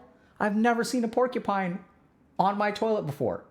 If you go to a zoo and you see an elephant for the first time, or you're out in the wild and you see an elephant for the first time. So novelty makes presence easy. It makes presence very easy. Right? But it's not novelty, it's presence. This is why kids, I don't know if y'all have spent time with kids, but kids don't need a new book. They can read the same damn book day after day after day after day after day, and they love it every single time. I can guarantee you, if you were a kid, you did not read new bedtime stories every single day. You read the same damn bedtime story every single day. You didn't have a new blanket every single day. You didn't need new clothes every single day. You didn't need a new stuffed animal every day. You had your blankie. You had your stuffed animal. It's the same damn stuffed animal, same damn blankie, same damn story every single day. It's driving your parents insane. If they can't find the blankie, they're screwed. It's not novelty, it's presence. The tricky thing is that we assume presence is novelty, but it's not. Okay? So, third thing is people say memory. Kids don't have memory. Absolutely untrue. Okay? Kids absolutely have memory. They have a deeper memory than we have. The thing is, their memory just manifests differently. Their memory gets laid down as things like self-esteem, worth, the core of who you are, how you feel on the inside. That is the way that gets laid down. So we have tons of studies about this, right? So if you guys look at any of our stuff on attachment theory or anxious personality from Dr. K's guide or whatever, you go read about attachment theory. Our brain has so much memory as a kid. It has way more memory than we ever had as an adult. But we're learning such fundamental things as a child. And so there's a very, very deep memory. It's not just remembering what I ate for lunch. That's not what I learned as a kid. What I learned as a kid is way, way deeper stuff. It's closer to hardware than it is to software. I learned, am I a good person? Am I a bad person? Is it okay for me, like, am I loved? Is it okay for me to, like, complain about my needs? Do my needs get met? Or my caregivers actually, like, do they care about me or not? These are the kinds of things that get laid down. They're not surface level memories, but all kinds of stuff. Memory is huge. Learning is huge. We learn the best when we're kids. Right? So this is where what we kind of need to do as adults is like start to like work on deeper stuff. So like deeper learning. This is why being a kid is great, because kids do deep learning, and as adults we don't. We consume information. We don't understand the nature of gravity by like dropping things. We don't have experiences. Right? So what forms of memory is kids' experience? We don't experience. What we do is logic. What we do is thought. What we do is analysis. What we do is figure out a smooth way to approach her without ever approaching her. And we wonder why we're not happy as adults. Kids approach. Kids pick things up. Kids touch. Kids play with things. Kids do it. We think it. This is the problem with being an adult. We think instead of do. And then we begin to wonder why we're unhappy. Last one. No responsibility. Incorrect. It's not no responsibility. It's no attachment.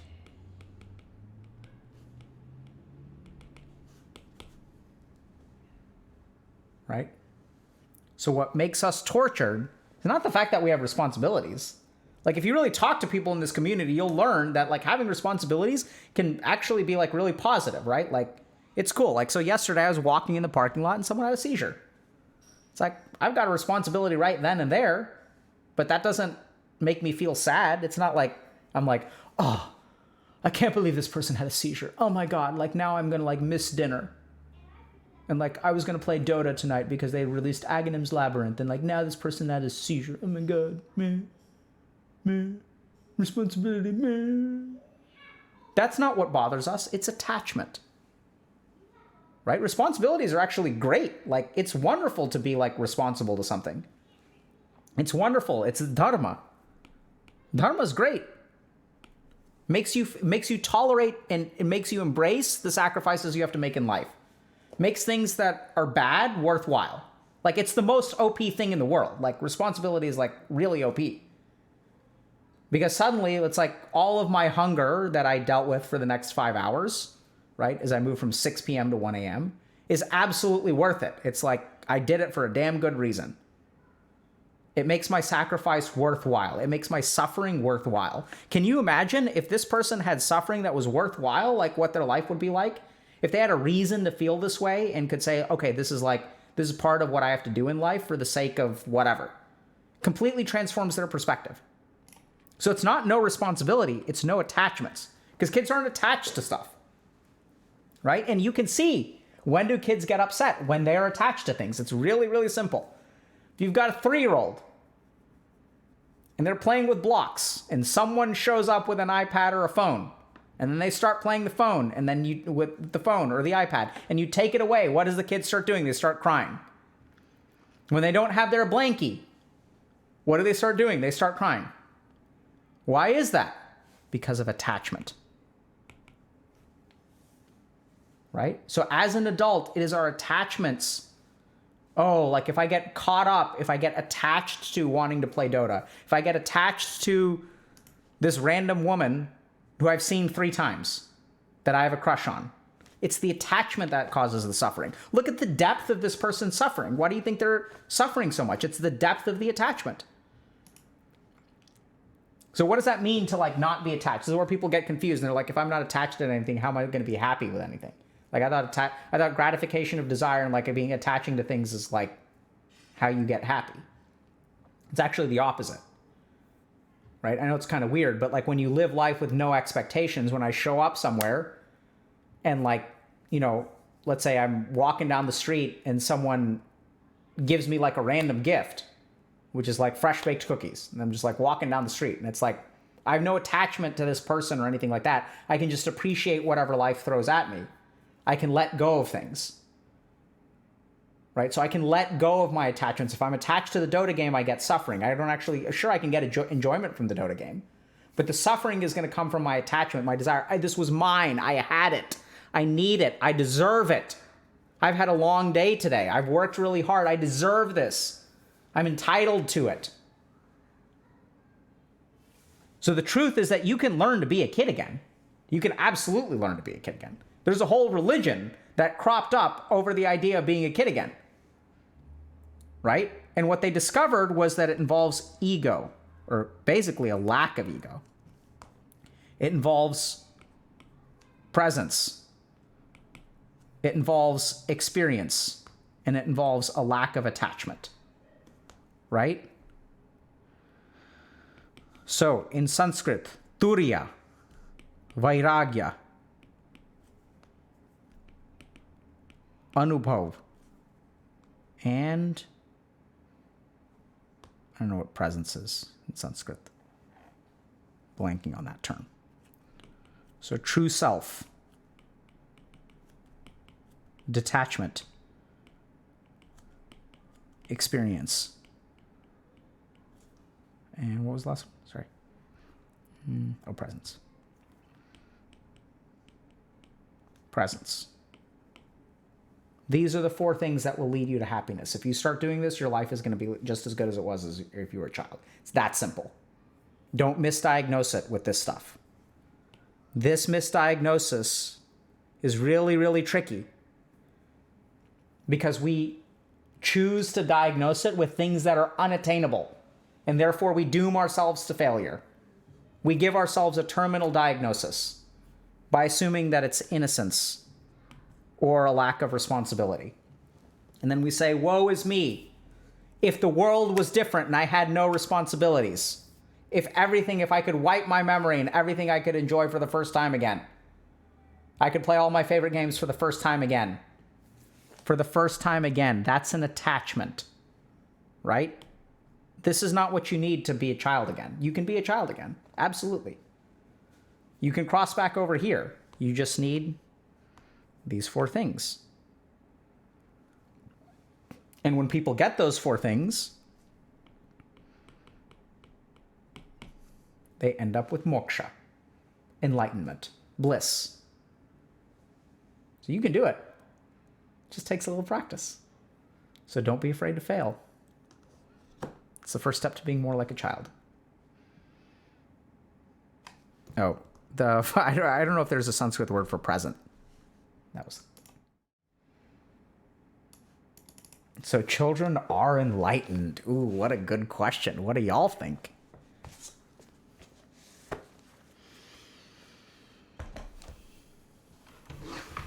Right? So here's your meditation. This is going to be a hard meditation.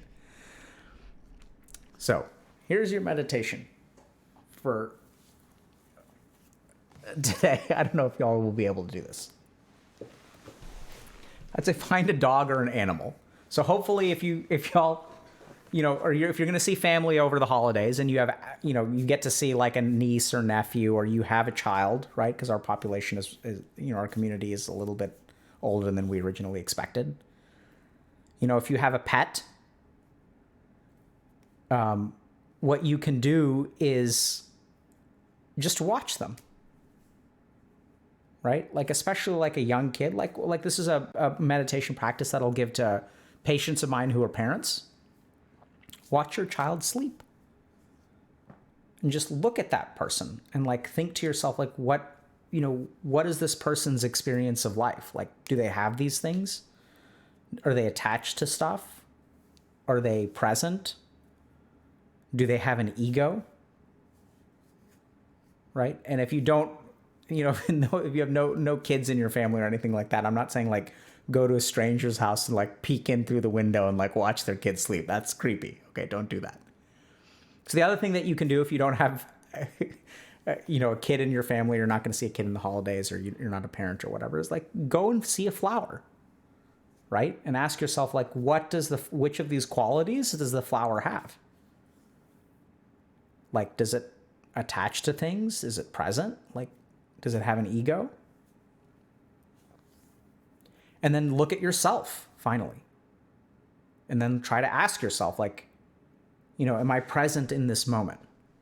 And if you explore, like, the nature of, like, when you're feeling anxious next, where is your mind when you're feeling anxious? Are you in the present? Or are you in the future? The next time you're suffering, ask yourself, what is the nature of my suffering? Where is it coming from? Is it coming from the present or the past or the future? Is it coming from an attachment? Is it coming from the ego? Do I suffer because I am something? Right? So ask yourself these questions. The next time you are in suffering, close your eyes, take a deep breath, and ask yourself, am I suffering because I am something? Am I suffering because I'm attached to something? Am I suffering because I'm not in the present? Right? Ask yourself these 3 questions. Does it have to do with who I am? Oh my God, they're going to think I'm stupid. It's ego. That's the nature of your suffering. The thought that actually leads to your suffering. You have to be very careful. You have to be trained in meditation to do this. Because you'll look at yourself and you will think that the suffering is coming from them, but it's not coming from them. It's coming from your inability to accept their reaction. Right? And then the last thing that you can do, if you really want to, the next time you are in physical pain, ask yourself, is this suffering? It's tough. That one's tough. Don't inflict pain on yourself. Don't worry, you'll stub your toe at some point. Right? This is the real meditation. This is the core of all meditation. If you do this meditation, you don't need to do any other meditation. This is the essence of meditation. The goal of all meditation is to answer these questions in an experiential way. So for those of you who are like, this is what I'm going to think, and analytically it means this. This is nihilism. This is stoicism. You're missing the whole point. Labeling it is missing the point. You have to understand it. You have to experience it.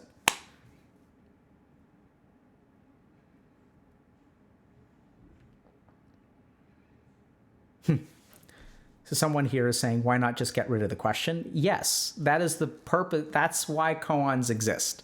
So the great paradox of enlightenment is that someone asked me earlier in stream, Dr. K, have you attained enlightenment? Absolutely, and so have you. We're all enlightened. Can't take that away. That's the big irony.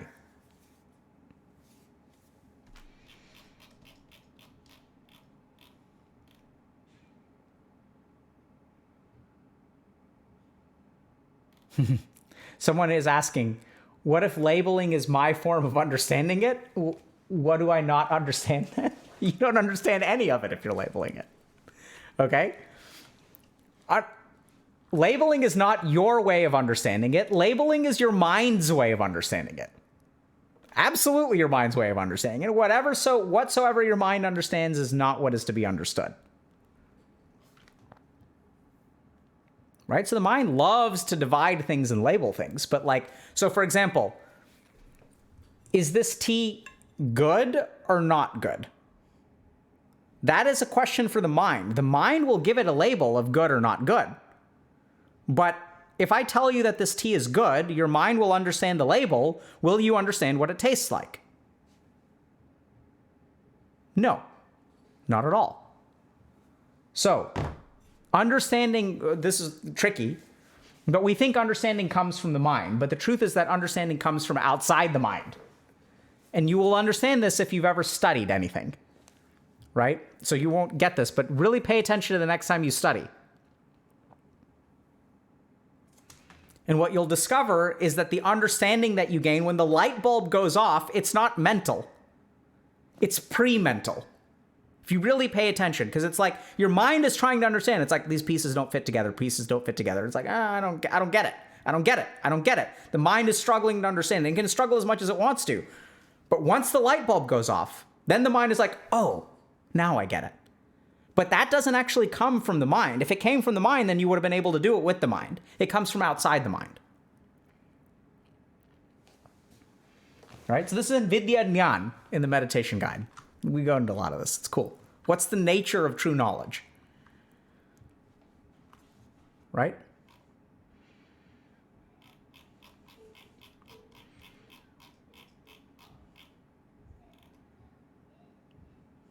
All right, who we rating, chat?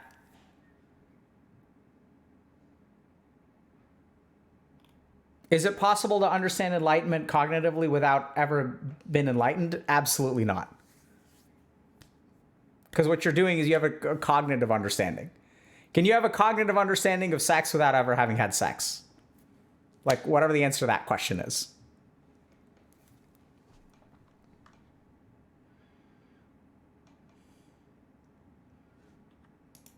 Okay, we can raid Kanat. People have been, some people have been, Fusli? Let's raid Fusli. Fusli or Kanat? Kanat, Fusli? Oh my god.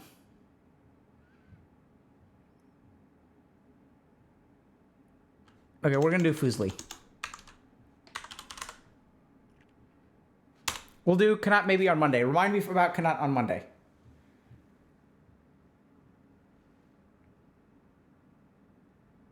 I know, this is no way I can make y'all happy. It's impossible. Because you're attached. You see that, chat?